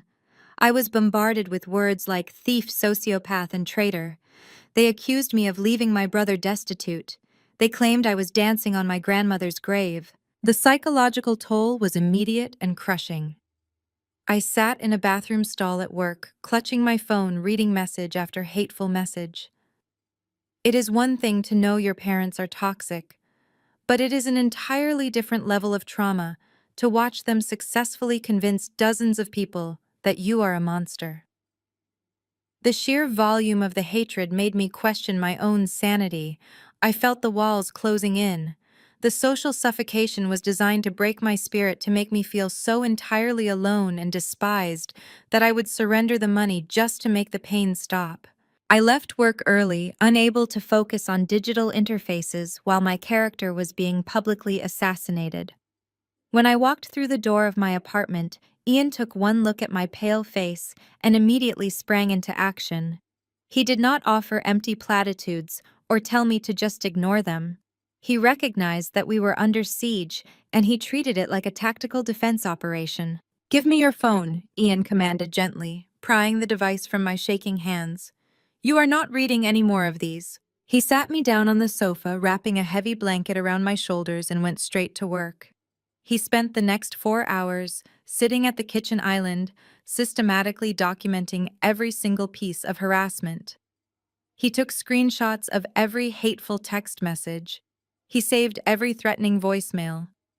He recorded the names and timestamps of the social media comments attacking my character. He was building an ironclad file of evidence. After he secured the data, he ruthlessly blocked every offending number. He locked down my social media profiles, setting everything to the highest privacy restrictions. He created a digital fortress around me, cutting off their avenues of attack. I sat on the couch, feeling incredibly small. The mental strain was testing the very limits of my resilience. The little voice of doubt, the one my parents had cultivated inside my head for 33 years, began to whisper. Maybe I should just give them the money. Maybe peace is worth $4.5 million. Maybe I really am destroying the family. Ian walked over and sat beside me, pulling me against his side. I voiced my doubts to him, my voice cracking under the immense pressure. I asked him if fighting this war was actually worth the emotional devastation. Ian lifted my chin, forcing me to look into his steady, reassuring eyes. Fiona listened to me carefully. He said, his voice carrying absolute conviction. They are doing this because they are terrified. They are using social pressure because they have absolutely zero legal leverage. If they had a real case, they would be sending lawyers, not angry text messages from your Aunt Martha. They want you to break because they know they cannot win any other way. He pulled the thick folder of printed screenshots he had compiled and dropped it onto the coffee table. Every single message in this file is proof of their desperation, Ian continued. Your mother is burning her own dignity to the ground just to intimidate you. Do not let her win. You earned your peace. You earned your freedom. And your grandmother made sure you had the armor to protect it. His unwavering support was the anchor I desperately needed. Ian was not intimidated by their wealth or their country club connections. He saw right through the gaslighting and the smear campaign. With his arms around me, the crushing weight of the isolation began to lift. I was not alone. I had a partner who was perfectly willing to stand in the fire with me. I looked at the folder of evidence resting on the table.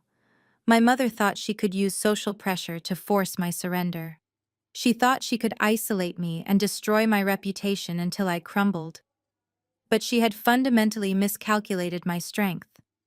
I was no longer the silent, obedient scapegoat who took their abuse quietly. I was a woman holding the keys to an empire, and I was done playing defense. The smear campaign had tested my mental resilience, but it had also hardened my resolve into absolute steel. I was ready to strike back. The fallout from the confrontation at my apartment was terrifyingly swift. My father had threatened to break me, and he possessed the capital and the sheer vindictive will to execute that threat with military precision. I expected nasty phone calls from extended family, or perhaps a dramatic disownment letter.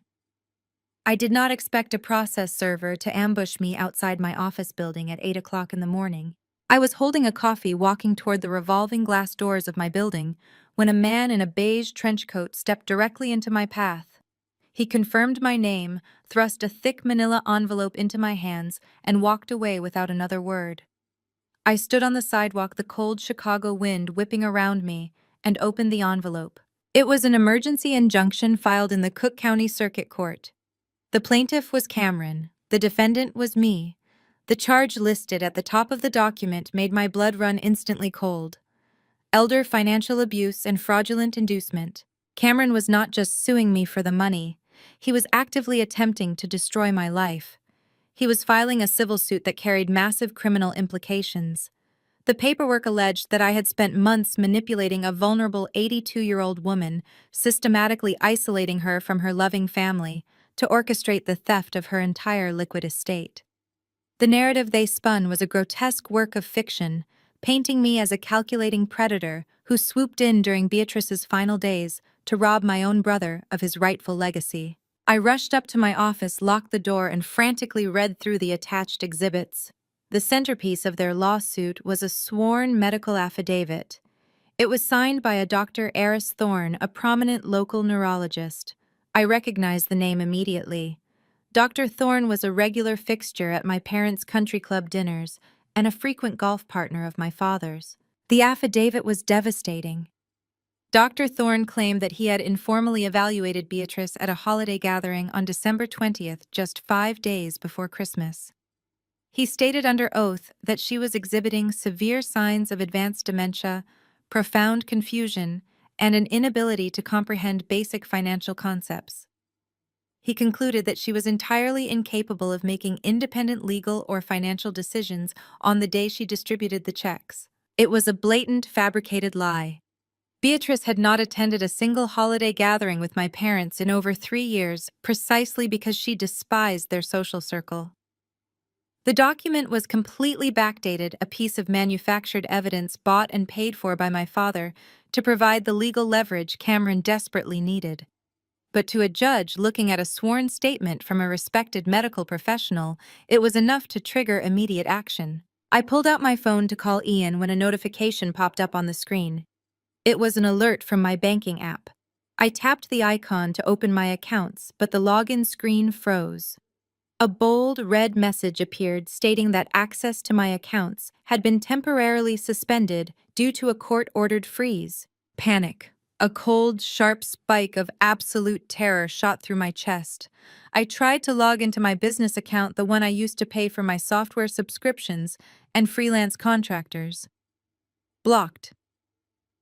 I tried my personal savings account, the one containing the money I had earned through years of grueling 60-hour work weeks. Blocked. I even tried my basic checking account, the one I used to buy groceries. Blocked. Cameron and my father had not just frozen the $6 million. They had weaponized the emergency injunction to freeze every single financial asset attached to my name. They had effectively locked me out of my own life. I had no access to the inheritance, but more terrifyingly, I had no access to the money I actually needed to survive. They were starving me out. They wanted me to feel the exact same desperate, suffocating panic that Cameron was currently experiencing with his creditors. I called Mr. Harrison at the bank, my hands shaking so badly I nearly dropped the phone. He answered immediately, his voice tight with professional regret. "Fiona, I am so sorry," Mr. Harrison said, before I even asked the question. "We received the court order an hour ago. We are legally bound to comply with the asset freeze pending the preliminary hearing. I cannot authorize any disbursements, not even for basic living expenses. Your brother's legal team filed an incredibly aggressive motion, claiming you were a flight risk." "How long will this last?" I asked, my voice cracking. "How am I supposed to pay my rent? How am I supposed to buy food?" "The preliminary hearing is scheduled for 2 weeks from now," Mr. Harrison replied, his tone deeply sympathetic. "Until the judge reviews the evidence and issues a ruling, your assets are completely immobilized. I strongly advise you to secure immediate legal representation, Fiona. Your family is not playing games. They are trying to bury you." I hung up the phone feeling completely unmoored. I was 33 years old, pulling in a massive corporate salary, and I suddenly did not have the funds to buy a sandwich for lunch. My father had promised to break me, and he had executed his first strike flawlessly. He knew that I prided myself on my fierce independence. By freezing my hard-earned money, he was attempting to humiliate me, forcing me into a position of total reliance. I called Ian, explaining the situation through tears of sheer frustration. He was furious, but he did not panic. He told me to come home immediately. When I walked through the door, he already had his laptop open and a notebook out.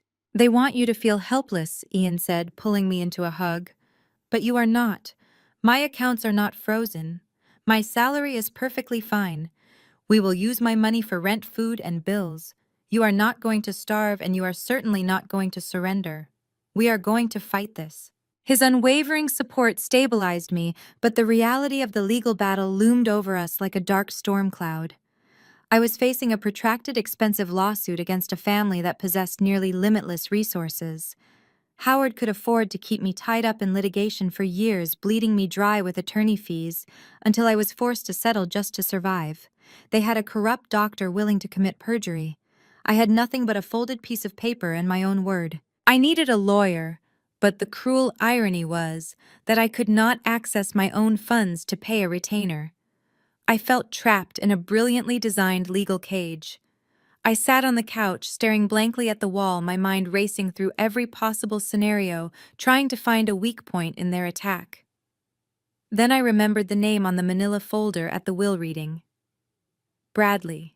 He was Beatrice's estate attorney. He was the one who had presented the 3 independent psychiatric evaluations to my father. He was the one who knew exactly what my grandmother had planned. And most importantly, he was the one who had defended her mental competence with absolute conviction. I found his contact information from the business card he had handed out at the will reading. I called his office expecting to be brushed off by a receptionist or told he could not represent me due to a conflict of interest. Instead, the receptionist put me on hold for less than 30 seconds before Bradley himself picked up the line. Fiona Bradley said, his voice crisp and professional. I was wondering how long it would take for Howard to execute the asset freeze. He filed the injunction this morning, I presume. You knew this was going to happen, I asked, gripping the phone tightly. Your father is a remarkably predictable man, Bradley replied dryly. He operates entirely on brute force and intimidation. He believes that if he applies enough financial pressure, you will simply hand over the $6 million to avoid the legal headache. I have reviewed the injunction.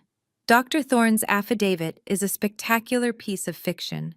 Can you help me? I asked, the desperation clear in my voice. They froze my personal accounts. I cannot even afford to hire you right now. Bradley let out a small, sharp laugh. Fiona, you do not need to hire me. I am already working for you. I frowned, completely confused. What do you mean?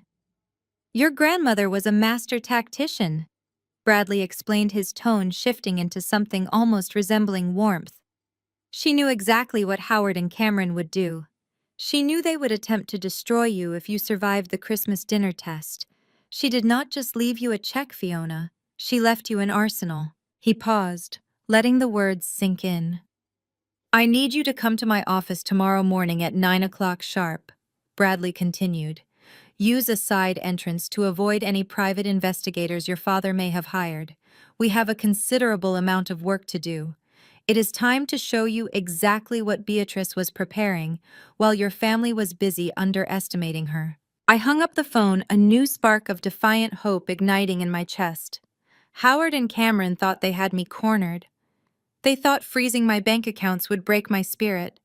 They had absolutely no idea that Beatrice had planned for this exact moment, and she had left me the keys to a kingdom they knew nothing about.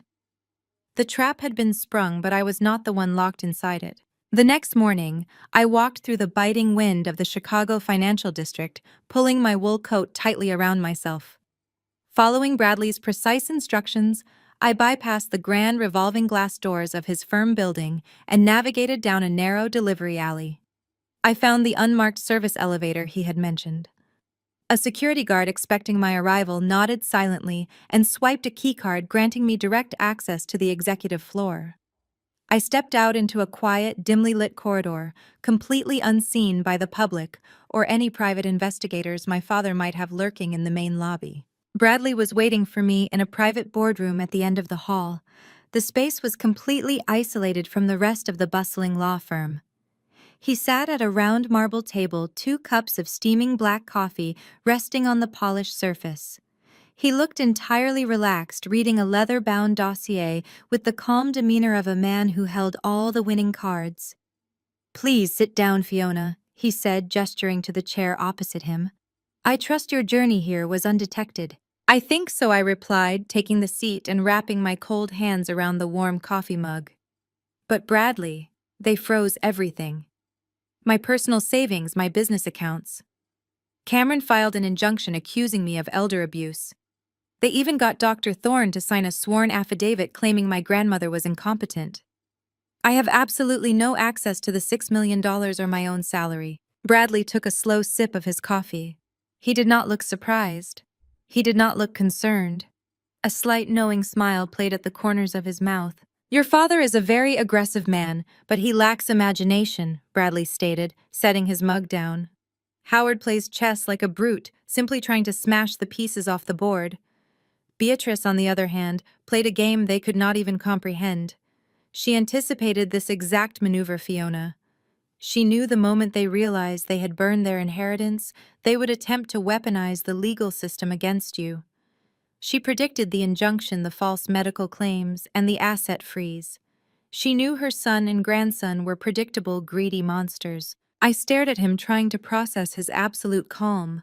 If she knew they would do this, why did she hand out the checks at all? Why not just wire the money or leave it in a standard will? Because the checks were never just a financial distribution, Bradley explained, leaning forward, his eyes sharp and serious. They were a character assessment. Beatrice was approaching the end of her life, and she needed to know who was worthy of holding the keys to her empire. She knew the golden boy dynamic in your family. She watched Howard and Diane diminish your accomplishments for decades while pouring endless capital into Cameron's spectacular failures. The Christmas dinner was a psychological test. She gave everyone an equal share of pure, unadulterated salvation. She wanted to see who possessed the humility to accept it and who possessed the arrogance to destroy it. She knew they would burn it, I asked, the realization sending a chill down my spine. She strongly suspected they would Bradley corrected, but she needed them to execute the destruction themselves. By tearing up those checks, Howard and Cameron voluntarily surrendered their legal claim to her liquid estate. They cannot argue she cut them out of the will. She physically handed them their millions, and they chose to incinerate it. It was a brilliant ironclad legal trap designed to weed out the arrogant. You were the only person at that table who showed her a shred of basic human respect. You folded that check and put it in your purse. You passed the test, Fiona. But passing the test just got my life completely locked down. I argued the panic from yesterday threatening to return. I cannot fight a protracted legal battle against my father. He will bleed me dry with attorney fees until I am forced to surrender. Bradley reached across the table and placed his hand flat on the leather dossier. That is exactly what Howard thinks will happen. He believes the $6 million is the entirety of the prize. He believes he has frozen your only weapon. What he does not understand is that the liquid cash was merely the tip of the iceberg. Bradley opened the heavy dossier. Inside were stacks of complex corporate documents, stock certificates, and legally binding holding agreements. Your grandmother was not just a wealthy widow living quietly in Oak Park. Bradley continued, his voice dropping to a hushed, reverent tone. Beatrice was a silent apex predator in the commercial real estate market. She operated entirely through proxy firms and blind trusts. She possessed a staggering amount of capital and an absolute genius for market timing. Over the last 10 years, she closely monitored Cameron's highly publicized business ventures. She watched him make terrible, highly leveraged decisions. I looked down at the documents, recognizing the names of several major Chicago development projects Cameron had boasted about over the years. When traditional banks stopped lending to Cameron due to his catastrophic risk profile, he sought private equity bridge loans, Bradley explained. He needed massive injections of cash, with exorbitant interest rates, just to keep his construction sites from facing foreclosure. He thought he was borrowing from a faceless, aggressive investment syndicate based in New York. Bradley paused, letting the silence stretch for a moment to ensure I understood the magnitude of what he was about to say. He was borrowing from Beatrice, Bradley stated. My breath caught in my throat. I looked from the documents to Bradley, completely stunned. Beatrice was the shadow investor, I whispered, my mind racing. She holds his debt. She holds all of his debt, Bradley confirmed, a sharp, victorious gleam in his eye. Cameron's entire commercial real estate firm is heavily mortgaged to a holding company called Vanguard Apex Solutions. Vanguard Apex Solutions was 100% owned and operated by your grandmother. She is his primary creditor. Every single building he is currently developing, every piece of collateral he has pledged belongs to her if he defaults. And as we both know, Cameron is currently facing imminent default. He needs that $4.5 million he demanded from you to pay the interest on the loans he actually owes to the very woman he mocked. The sheer brilliant poetic justice of my grandmother's plan hit me with the force of a freight train. Cameron had spent years strutting around Chicago, acting like a titan of industry, completely oblivious to the fact that his elderly grandmother was holding the leash the entire time. He had literally thrown a $6 million check into the fire, a check that would have cleared his debts to her. Now he was bankrupt and legally trapped. But Beatrice is gone, I said, pointing to the paperwork. What happens to Vanguard Apex Solutions now? Bradley slid the heavy dossier directly across the marble table until it rested right in front of me. He pulled a sleek silver pen from his breast pocket and laid it on top of the documents. That brings us to the secondary documents Beatrice signed 3 days before she passed, Bradley said. She established a strict succession plan for the holding company contingent entirely upon the results of the Christmas test. If you had burned your check, Vanguard Apex Solutions would have been dissolved and the assets donated to charity. Because you kept the check and deposited it, the contingency was triggered. I stared at the thick stack of legal paperwork, my heart hammering wildly against my ribs. Fiona Bradley said, his voice carrying absolute, unquestionable authority. You are not just the beneficiary of a $6 million check. As of this morning, the legal transfer is complete. You are now the sole controlling manager and majority shareholder of Vanguard Apex Solutions. You hold the absolute power to call in Cameron's debt. You hold the power to foreclose on his properties. You hold the entire Blackwell family legacy in the palm of your hand. I reached out and touched the leather cover of the dossier. My fingers were trembling slightly, but not from fear. The sensation coursing through my veins was raw, unadulterated power. For 33 years, my parents and my brother had made me feel small, insignificant, and helpless. They had bullied me, diminished my career, and demanded my total submission. They thought freezing my personal bank accounts would break my spirit and force me to surrender. Instead, they had unwittingly forced me to inherit the very weapon that could destroy them completely. We have already filed an emergency counter-injunction against Howard and Cameron Bradley, informed me, leaning back in his chair. We are presenting evidence of the fraudulent medical affidavit to the judge this afternoon. Your personal accounts will be unfrozen within 48 hours. But more importantly, we are going to initiate an aggressive audit of Cameron's corporate finances, using your authority as his primary creditor. Your father has been desperately hiding something in those ledgers, and we are going to drag it into the light. I picked up the silver pen, feeling its cool weight in my hand. I opened the dossier and looked at the signature lines requiring my authorization to assume control of the holding company. I thought about the arrogant smirk on my brother's face when he tore the check. I thought about my mother screaming at me, calling me a selfish traitor. I thought about my father threatening to destroy my life if I did not bow to his demands. They wanted a war. They wanted to show me what they were capable of when challenged. I signed my name on the dotted line, my signature bold and decisive. I closed the folder and pushed it back toward Bradley. Let us audit my brother, I said, my voice entirely devoid of the scared girl they thought they knew. It is time to show them exactly who is running the family now. Bradley wasted absolutely no time. Within 48 hours, he had the emergency counter-injunction sitting in front of a Cook County judge. He did not just dispute the freeze on my personal accounts. He presented undeniable evidence linking Dr. Thorne directly to my father. He submitted country club logs showing their weekly golf games and financial records proving my father had recently made a massive anonymous donation to Dr. Thorne's private research clinic. The judge was absolutely furious. Using the court system to weaponize a fraudulent medical affidavit was a serious offense. The judge immediately struck down Cameron's injunction, unfreezing my personal assets and granting me full unrestricted access to the Vanguard Apex Solutions operational accounts. The moment the funds cleared, I authorized my first official expenditure as the head of Beatrice's empire. I instructed Bradley to hire the most ruthless forensic accounting firm in Chicago. Bradley brought in a man named Donovan. Donovan did not wear flashy suits or boast about his victories. He was a quiet, terrifyingly meticulous man who viewed corporate ledgers the way a surgeon views an MRI. He lived for the thrill of dissecting financial lies. I sat with Donovan in Bradley's conference room, sliding across the master file of the massive loans Cameron owed to Vanguard Apex Solutions. As the primary creditor holding his debt, I had the absolute legal right to demand an immediate and comprehensive audit of his business operations. Cameron had signed strict covenant agreements when he took the loans, blindly agreeing to total transparency if a default was imminent. We served Cameron's real estate development firm with the audit demand the following morning.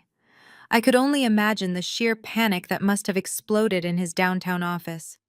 His lawyers filed pathetic delay motions claiming the financial records were currently under internal review and could not be securely transferred. Bradley crushed every single motion before lunch. We threatened to immediately seize his commercial properties if he did not hand over the digital ledgers by the close of business. Facing total foreclosure, Cameron capitulated. He turned over the servers. Donovan and his team of analysts set up a war room in Bradley's office. For 3 days, they worked around the clock, ripping through Cameron's accounting software. Ian and I brought them coffee watching as they systematically dismantled the facade of the great Blackwell real estate empire. It was not just bad business. It was a masterpiece of financial deception. On the evening of the third day, Donovan called me into the war room. The walls were covered in massive whiteboards displaying a dizzying web of corporate entities holding companies and offshore accounts. Donovan pointed to the center of the whiteboard where Cameron's primary downtown development project was listed. He explained that my brother was not a real estate developer at all. He was running a sophisticated multi-million-dollar shell game. Whenever Cameron secured capital from a new group of investors for a supposedly groundbreaking luxury condo project, he never actually used the money for construction. Instead, he instantly diverted the funds through a maze of dummy corporations to pay off the angry investors from his previous failed projects. It was a textbook Ponzi scheme dressed up in expensive suits and architectural blueprints. He was using aggressive leverage to blind his victims, promising them astronomical returns while secretly draining their initial investments to cover his massive outstanding debts. The downtown project he had boasted about so proudly at our Christmas dinner was a complete black hole. Donovan pulled up the municipal permits and the contractor invoices.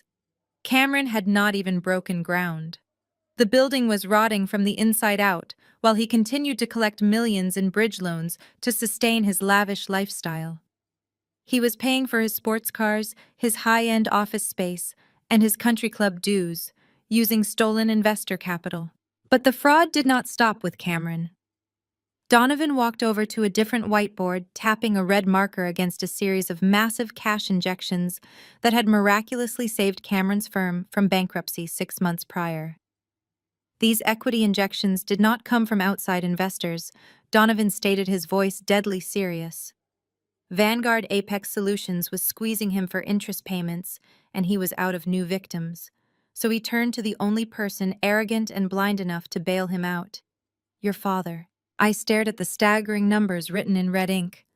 I knew Howard had always propped Cameron up, but the sheer scale of the financial transfers was mind-boggling. Where did my father get that kind of liquid capital? I asked, my stomach nodding. He did not have it, Donovan replied flatly. Howard drained his entire corporate retirement portfolio. He cashed out every single safe investment he had built over 40 years. He liquidated his mutual funds and took massive penalties for early withdrawal. But even that was not enough to plug the bleeding hole in Cameron's sinking ship. So Howard got desperate. Donovan pulled a thick stack of property records from the table and handed them to me. I looked down at the documents, recognizing the address immediately. It was my parents' sprawling Chicago estate. The massive brick house with the manicured lawns where I had spent my childhood, enduring their relentless emotional abuse. The house that was supposed to be completely paid off years ago. Your father took out 3 secret, highly leveraged secondary mortgages on the family estate, Donovan explained, and he committed federal fraud to do it. The property is jointly owned by both of your parents. Howard forged Diane's signature on the loan documents to bypass her authorization. He stripped all the equity out of the family home and dumped every last penny into Cameron's fraudulent shell companies. The air in the room grew heavy. My father, the man who constantly lectured me about financial responsibility, the man who called my career a joke, had secretly mortgaged his own home to save a criminal. He had risked everything my mother cared about: her social status, her massive house, her undeniable comfort, without even telling her. The great family legacy he constantly bragged about was nothing but an illusion. They were not just cash poor. They were drowning in toxic, illegal debt. If the bank finds out about the forged signature, Howard will face federal prison time, Bradley added, stepping into the room. And Cameron is already facing decades behind bars the moment his investors realize their money is gone. Your family is entirely, completely bankrupt, Fiona. They do not have a single cent to their name that does not belong to a creditor. I stood in the center of the war room staring at the whiteboards that mapped out my family's total destruction. The $24 million in checks Beatrice had handed out at Christmas finally made perfect sense. It was not just a test of character. It was an exact calculation. $6 million would have been just enough to clear Cameron's debts to Vanguard Apex Solutions and pay off the fraudulent mortgages Howard had secretly taken out on the house. Beatrice knew exactly how deep in the mud they were sinking. She had offered them a literal lifeline, and they had burned it. They had looked their salvation in the face, mocked it, and thrown it into the fire because their towering egos could not fathom that an 82-year-old woman held their fate in her hands. Now there were no lifelines left. There were no safety nets. The fire they had stoked was about to consume their entire lives. I looked at Ian, who had been standing quietly beside me, absorbing the sheer magnitude of the devastation. He wrapped his arm around my waist, grounding me. "They did this to themselves," he whispered. "You do not owe them guilt or sympathy." "I do not feel guilty," I replied, my voice resolute. "I feel vindicated." Bradley checked his phone and looked up at me.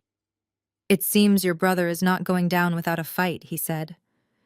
Despite the audit, Cameron is doubling down on his lies. My contacts in the financial sector just forwarded me an invitation. Cameron is hosting a massive high-profile investor gala at the Grand Plaza Hotel tomorrow night. I frowned, completely confused. How can he host a gala when he is totally insolvent? Where is he getting the money to throw a party? "He is using the last of Howard's fraudulent mortgage funds," Bradley explained. "He is bringing in a syndicate of wealthy foreign investors.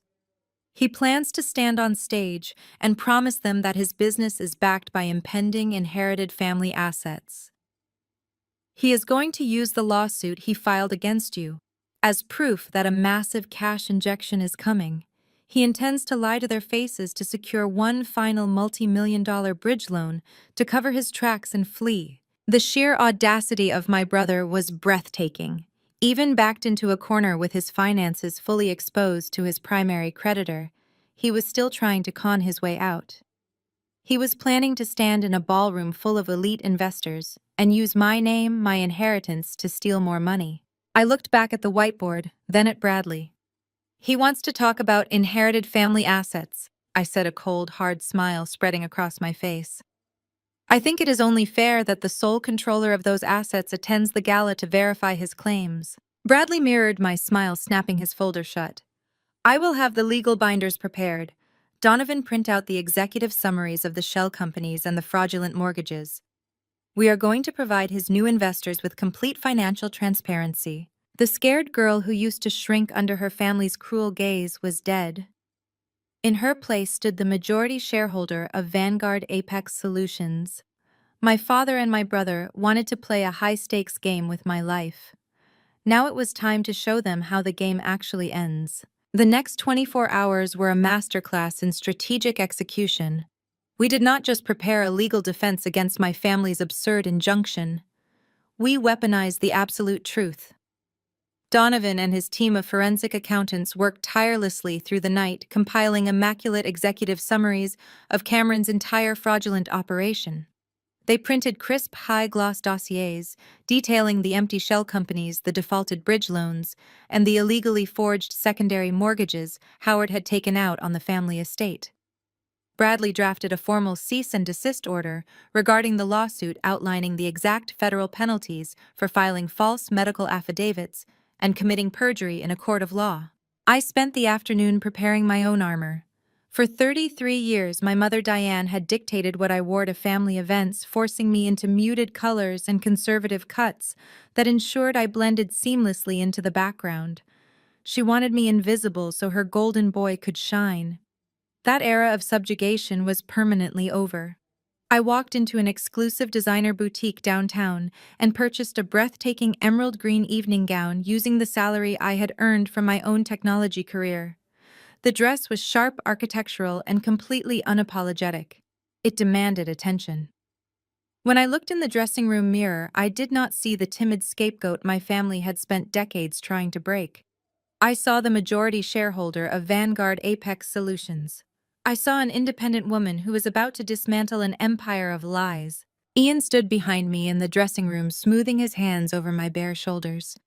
His eyes met mine in the mirror, burning with intense, fierce pride.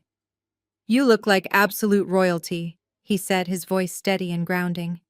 "They are not going to know what hit them, Fiona. You are going to walk into that room and reclaim your life. The Grand Plaza Hotel was the undisputed crown jewel of Chicago's luxury venues, and Cameron had rented its largest, most opulent ballroom for his grand deception. As our black car pulled up to the valet, we could see the sheer, staggering scale of the financial illusion my brother was projecting to the world. Massive, towering floral arrangements of white orchids flanked the entrance. Waiters in crisp white tuxedos carried silver trays of premium vintage champagne and imported caviar. A celebrated string quartet played softly from a raised velvet-covered dais. Every single cent paying for this breathtaking extravagance was stolen. It was funded by the last remaining drops of my father's illegally obtained mortgage money. They were throwing a $500,000 party while their home was hurtling toward foreclosure. We bypassed the main guest list check-in at the front doors. Bradley simply flashed a discreet black card to the hotel's general manager, who recognized the powerful attorney immediately. The manager quietly escorted our group through a side entrance reserved exclusively for elite dignitaries and VIPs. We slipped into the back of the crowded, brilliantly lit ballroom, blending seamlessly into the sea of wealthy investors, socialites, and industry leaders. I scanned the massive room and immediately spotted my family holding court near the center of the ballroom. They were putting on the performance of a lifetime. Diane was draped in heavy rented diamonds, laughing brightly with the wives of prominent city officials. She projected the perfect, flawless image of a carefree, wealthy matriarch. She was completely ignoring the harsh reality that she was technically living in a house currently owned by the bank. Howard stood near the premium ice sculpture, swirling a glass of expensive scotch and projecting the aura of a fearless, commanding patriarch. He looked incredibly haggard up close, the deep stress lines permanently etched into his face, but he was playing his part flawlessly for the audience. And then there was Cameron.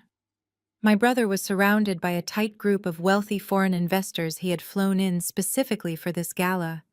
He was gesturing expansively, pointing to gorgeous high-definition architectural renderings of his fictitious downtown development project displayed on large easels.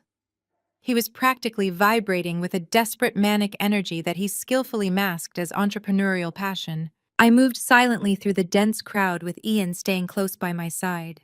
Bradley and Donovan fanned out, taking strategic positions near the heavy oak exit doors to ensure nobody could slip away unnoticed. I drifted close enough to Cameron's elite circle to hear his pitch perfectly over the ambient noise of the ballroom. The downtown Chicago skyline is absolutely ripe for aggressive disruption, Cameron boasted, flashing his charismatic, practiced smile at a stern-looking man who appeared to be the lead investor of the foreign syndicate. We have all the municipal permits secured, and the architectural plans are finalized. We are simply closing this final round of bridge financing tonight to accelerate the demolition phase. The returns on this project will be astronomical. The lead investor frowned, slightly swirling his drink with a look of deep skepticism. Your proposal is incredibly ambitious, Cameron, but my financial analysts noted significant liquidity concerns in your recent quarterly reports. You have several projects stalled. We need absolute ironclad assurance of your capital reserves before my syndicate commits another $30 million to this venture. I watched Cameron's chest tighten under his bespoke suit. He was completely cornered. The investors were not fools, and they were asking the exact right questions. But Cameron's monumental arrogance provided him with a terrifyingly smooth lie. Those liquidity concerns are entirely temporary and wildly overblown. Cameron lied without missing a single beat, his voice dripping with false confidence. My grandmother, a highly successful and intensely private investor, recently passed away. She left her entire liquid estate directly to me. We are talking about a trust fund valued at $24 million in pure cash. The investors raised their eyebrows, clearly impressed by the massive figure. Cameron smiled, leaning in closer to seal the deal. The capital is currently locked in a minor probate dispute because my estranged sister filed a frivolous, ridiculous contest. Cameron continued smoothly, slandering my name to total strangers. She has a long history of mental instability and greed, but we have already secured an emergency injunction against her. The judge is dismissing her baseless claim next week, and the millions will be released directly into my primary holding company. Your $30 million investment tonight is backed by absolute guaranteed generational wealth. My blood ran completely cold. The sheer scale of his deception was breathtaking. Cameron was not just lying about his failing business. He was actively committing textbook federal wire fraud right in front of my eyes. He was deliberately inducing foreign nationals to hand over $30 million based on a completely fabricated inheritance and a fraudulent lawsuit he had maliciously filed against me.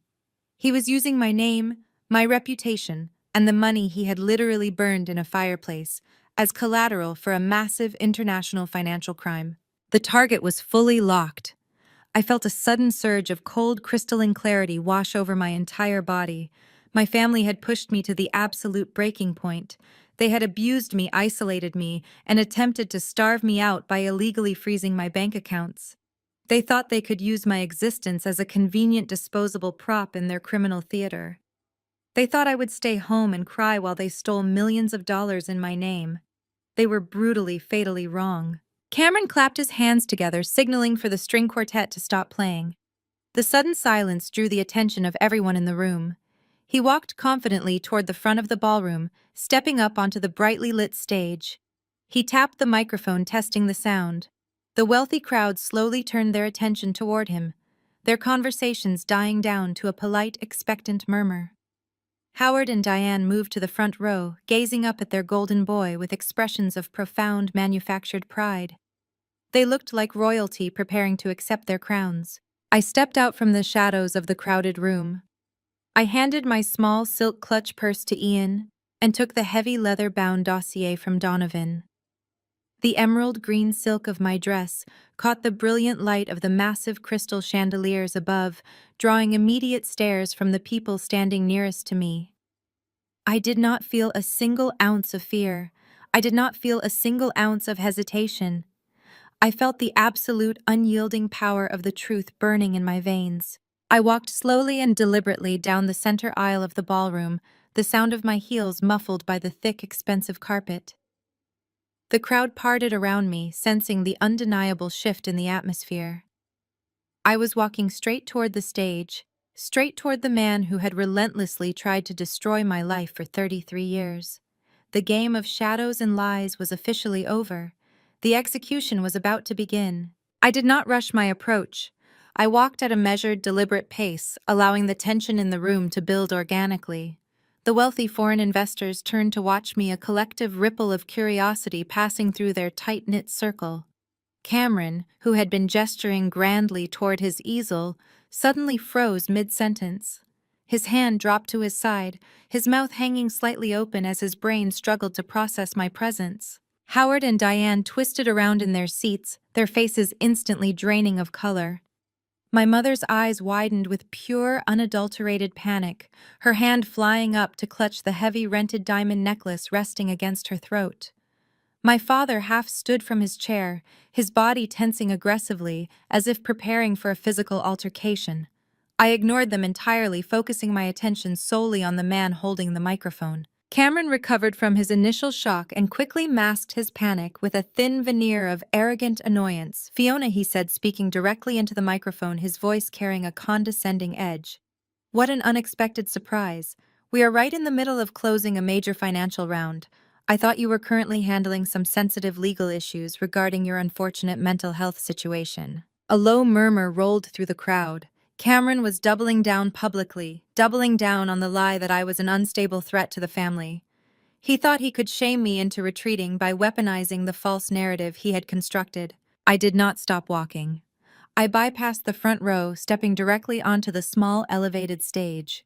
I moved past Cameron, entirely ignoring his posturing, and approached the lead investor, the man Cameron had been so desperately trying to impress just moments prior. I handed the man the crisp, high-gloss dossier that Donovan and his team had painstakingly prepared. "Good evening, gentlemen," I said, projecting my voice clearly and confidently so it carried across the quiet ballroom. "My name is Fiona. I am the sole controlling manager and majority shareholder of Vanguard Apex Solutions, the primary holding company that officially owns the entirety of my brother's commercial real estate debt. The lead investor frowned, his thick eyebrows drawing together. He looked down at the dossier in his hands, then back up at me.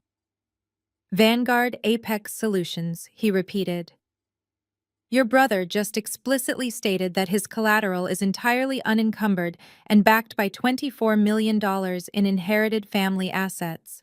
He stated that the lawsuit against you was a mere formality to release those funds. Cameron lunged forward, grabbing my arm with a crushing grip, his eyes wild with terror. She is lying, he hissed into the microphone, his voice cracking violently. She is a completely unhinged sociopath. Security! Get security in here immediately to remove her. Ian stepped instantly onto the stage, placing his hand firmly over Cameron's wrist, twisting it just enough to force him to release his grip. Do not touch her again, Ian stated, his voice dangerously low. Bradley ascended the stage steps, standing shoulder to shoulder with me, presenting a unified front of absolute legal authority. The prominent attorney adjusted his glasses, looking directly at the lead investor. My client is telling you the absolute truth, sir, Bradley announced, projecting his voice to reach the back of the room. Cameron is completely and totally insolvent. He has absolutely zero legal claim to any inherited family assets. He voluntarily destroyed his own inheritance on Christmas Day in front of multiple witnesses, including myself. The ballroom erupted into a frenzy of shocked whispers.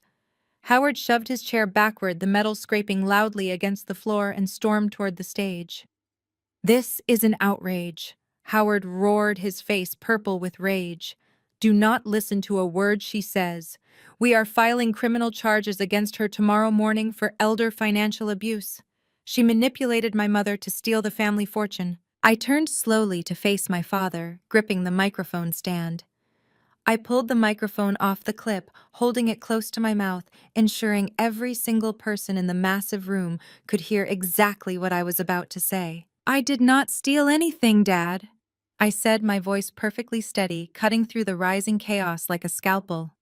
Grandma Beatrice left me the keys to the kingdom because I was the only person sitting at that Christmas table who showed her an ounce of basic respect. You and Cameron burned your $6 million checks because your staggering egos could not accept a gift from a woman you thought was beneath you. I turned back to the investors, addressing them directly. The narrative my brother has sold you tonight is a complete multi-million-dollar fabrication. The downtown development project he has promised you is an empty shell. He has not broken ground because he has funneled all of his previous investment capital into paying off the catastrophic debts of his prior failed ventures. He is running a sophisticated Ponzi scheme, and you are his final marks. Cameron lunged for the microphone, his face a mask of desperate panic, but Ian bodily blocked him, shoving him back against the easels. The architectural renderings crashed to the floor, the heavy cardboard shattering the illusion of his empire. The lawsuit my brother filed against me, I continued, my voice rising over the commotion, is a fraudulent, desperate cover-up. He procured a backdated medical affidavit from a corrupt doctor to temporarily freeze my personal assets, hoping to starve me out before I could expose his financial ruin. But he fundamentally miscalculated my strength. I pointed directly at my father, who was now standing frozen at the edge of the stage, his eyes wide with rising terror. And the family legacy they keep boasting about, I added, that is the biggest lie of all. In order to keep Cameron's fraudulent shell game afloat, my father secretly drained his entire corporate retirement portfolio. Worse, he illegally forged my mother's signature to take out 3 massive fraudulent secondary mortgages on their primary estate. Their home is currently racing toward foreclosure. The great Blackwell family empire is completely entirely bankrupt. The silence that followed was absolute, heavy, and violently total. The wealthy socialites, the prominent city officials, and the foreign investors stared at my family in profound, horrified disbelief. The pristine facade had been stripped away completely, revealing the rotting foundation beneath. The lead investor flipped open the dossier I had handed him. He scanned the first page, the executive summary of Cameron's debt to Vanguard Apex Solutions. He flipped to the next page, viewing the documentation of Howard's forged mortgages. He closed the folder with a sharp, definitive snap. He looked at Cameron, his expression hardening into pure, cold fury. You lied to my face, he stated, his voice slicing through the silent room. You attempted to defraud my syndicate out of $30 million using your sister's stolen inheritance as collateral. It is a lie! Cameron screamed, spittle flying from his lips. He was hyperventilating, backing away from the investors. She is setting me up. She forged those documents. Dad, tell them she is lying. Howard did not speak. The patriarch, the man who had controlled every narrative and dictated every rule, simply stared at the floor. The crushing realization that his entire world was collapsing had finally paralyzed him. He had nothing left to say. His secrets were out, and his destruction was completely absolute. Diane let out a sharp, hysterical wail. She collapsed into her chair, burying her face in her hands, sobbing uncontrollably as the surrounding high society guests physically backed away from her, treating her like a pariah. She was watching her country club memberships, her luxury vacations, and her pristine reputation evaporate in real time. The lead investor turned his back on Cameron. "We are leaving," he commanded his syndicate, "and we will be contacting the federal authorities immediately regarding this attempted wire fraud. Do not ever attempt to contact me again." The investors turned in unison and marched toward the exit doors, the sound of their footsteps echoing loudly in the massive, quiet ballroom. Cameron watched them go, his chest heaving, his eyes wild and completely broken. He had lost everything. His investors were gone. His creditors were circling. His father was ruined. He turned his manic, desperate gaze toward me. "You ruined me," he screamed. Launching himself toward the edge of the stage, his face contorted in absolute agony. "You ruined my life, Fiona. You destroyed everything." I looked down at the brother who had mocked me, belittled me, and tried to steal my future. I did not feel a single ounce of pity. I raised the microphone one final time. "I did not ruin you, Cameron," I said, my voice echoing cleanly through the massive, empty ballroom. "You threw your salvation into the fireplace. I just let it burn." I lowered the microphone and set it carefully on the edge of the stage. The feedback whined for a brief second before dying out, leaving the massive ballroom in a heavy, ringing silence. Cameron sank to his knees on the thick, patterned carpet, his hands clutching his head as the reality of his total destruction finally crushed the last remaining breath from his lungs. I did not look back at him. I did not look at my father, who was staring blankly at the shattered pieces of his fabricated empire. I did not look at my mother, who was still sobbing into her hands, realizing that her precious social status had just evaporated into thin air. I turned my back on all of them. I walked down the stage steps and took Ian's outstretched hand. His grip was warm and grounding, anchoring me to the reality I had built for myself. Bradley and Donovan fell into step beside us, forming an impenetrable wall of legal and personal protection. We walked out of the Grand Plaza Hotel through the same side doors we had entered, leaving the toxic remnants of the Blackwell family behind us forever.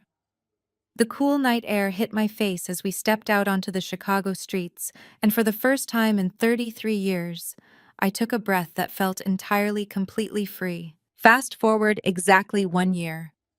The fallout from the investor gala was as swift as it was absolutely devastating for my family. The ridiculous injunction Cameron had filed against me was instantly dismissed with prejudice by the Cook County judge. Bradley presented the overwhelming evidence of the forged medical affidavit, and the judge threatened to have Dr. Thorne stripped of his medical license. My personal bank accounts were permanently unfrozen, and Vanguard Apex Solutions remained firmly under my absolute control. Cameron did not just lose his business, he lost his freedom. The moment the foreign investors walked out of the ballroom, they immediately contacted federal authorities. The FBI launched a massive criminal investigation into his real estate firm, uncovering years of systemic wire fraud and investor deception. Because I had authorized Donovan to hand over the complete forensic audit, Cameron had absolutely no defense. His shell companies were dismantled, his assets were seized, and he is currently awaiting trial on multiple federal fraud charges. He faces decades in prison. The golden boy who could do no wrong is now relying on a public defender because he cannot afford a real attorney. My parents suffered a fate they considered to be worse than death itself. They lost their money and their social standing.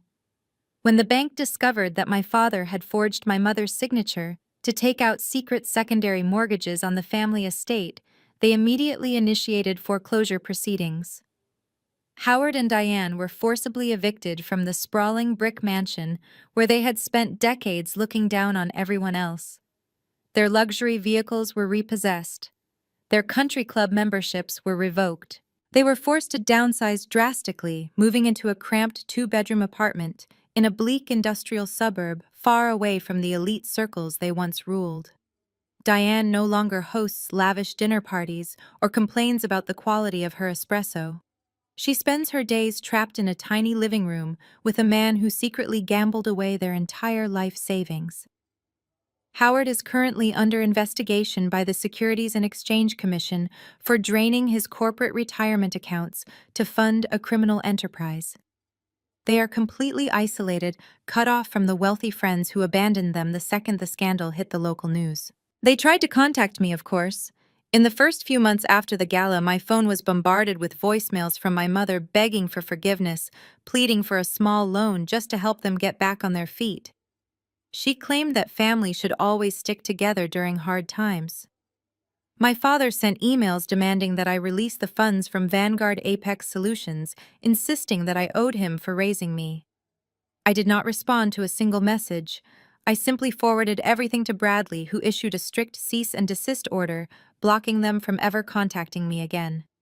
I changed my phone number, I upgraded the security at my building, and I permanently severed the rotting branch of my family tree. With the toxic weight of my past finally lifted, I turned my attention to the future. I had $6 million in cleared liquid cash sitting in my private wealth account, and I knew exactly how I wanted to deploy it. I did not want to hoard it or use it to buy meaningless luxury items. I wanted to build something that would outlast me, something that would empower others who had been pushed down and underestimated. I used the inheritance to found a thriving technology incubator in downtown Chicago, specifically designed to fund and support female software developers and user experience designers. I named the incubator Beatrice Labs in honor of the fierce, brilliant woman who had given me the keys to my freedom. We provide seed capital mentorship and state-of-the-art workspace for women who are trying to break into the fiercely competitive tech industry. We help them build their portfolios, launch their applications, and secure patents for their original designs. Walking through the bright open concept floors of Beatrice Labs is the most rewarding experience of my professional life. Every day, I am surrounded by brilliant, driven women who are coding, designing, and creating their own independent wealth. I watch them pitch their ideas to angel investors with absolute, unwavering confidence. I make sure they know their value. I make sure they never have to shrink themselves to fit into a room dominated by arrogant men. I am giving them the exact same opportunity my grandmother gave to me, the opportunity to build a life on their own terms. My personal life has blossomed into something incredibly beautiful. Ian and I were married in a quiet, intimate ceremony overlooking Lake Michigan. We did not invite hundreds of wealthy strangers or politicians. We only invited the people who had stood by us when the fire was burning the hottest. Bradley was there raising a glass of vintage champagne to my grandmother's memory. Donovan attended celebrating the successful dismantling of a fraudulent empire. Professor Howard, my old college mentor, gave a beautiful speech about resilience and the undeniable power of authentic talent. Ian and I bought a stunning modern home in a quiet neighborhood surrounded by massive oak trees and peaceful walking trails. The house is filled with light, warmth, and absolute unconditional support. We do not play psychological games. We do not demand sacrifices to prove our loyalty. We simply love each other, building a partnership based on deep mutual respect and shared ambitions. Sometimes I sit on my back patio, drinking my morning coffee, and I think about that Christmas dinner. I think about the heavy mahogany table, the smell of roasted prime rib, and the suffocating tension that used to dictate my entire existence. I think about the moment my father and my brother held their salvation in their hands and arrogantly threw it into the flames. They thought they were destroying a meaningless piece of paper. They had no idea they were incinerating their own future. My family believed that wealth and power gave them the right to treat people like disposable props.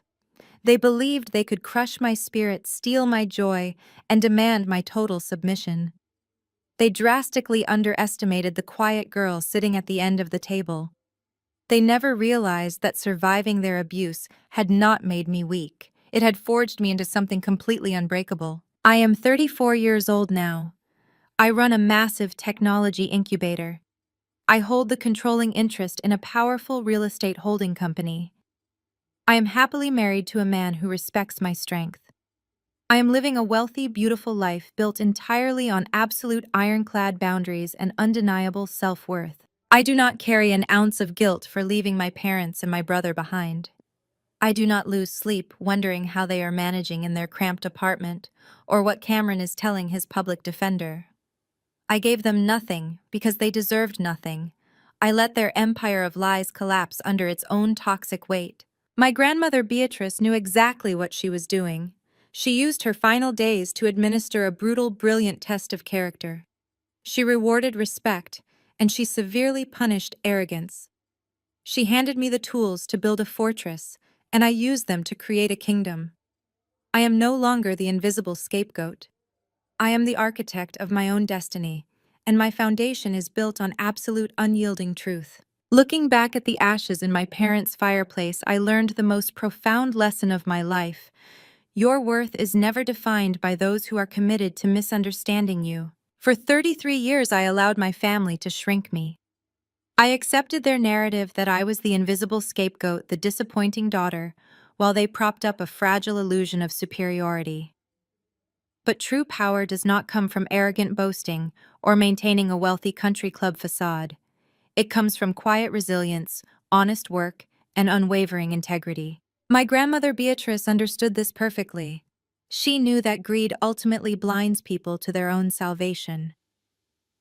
When my father and brother arrogantly tore up those checks, they did not just burn their money, they incinerated their masks, revealing the rotting core of their entitlement.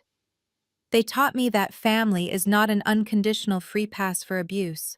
Sharing DNA does not entitle anyone to your peace, your mental health, or your hard-earned success. The greatest inheritance I received was not the $24 million or the controlling shares of a massive holding company. It was the absolute realization that I am the architect of my own destiny. You do not need to fight a toxic system on its own terms.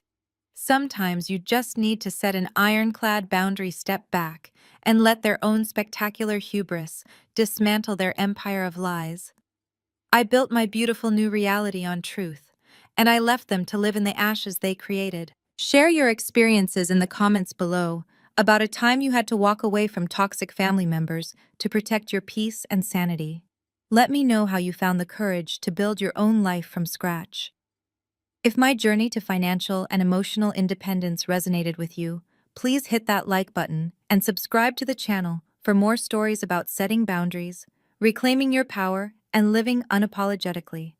Remember, your worth is in your own hands. Never let anyone convince you to throw it into the fire.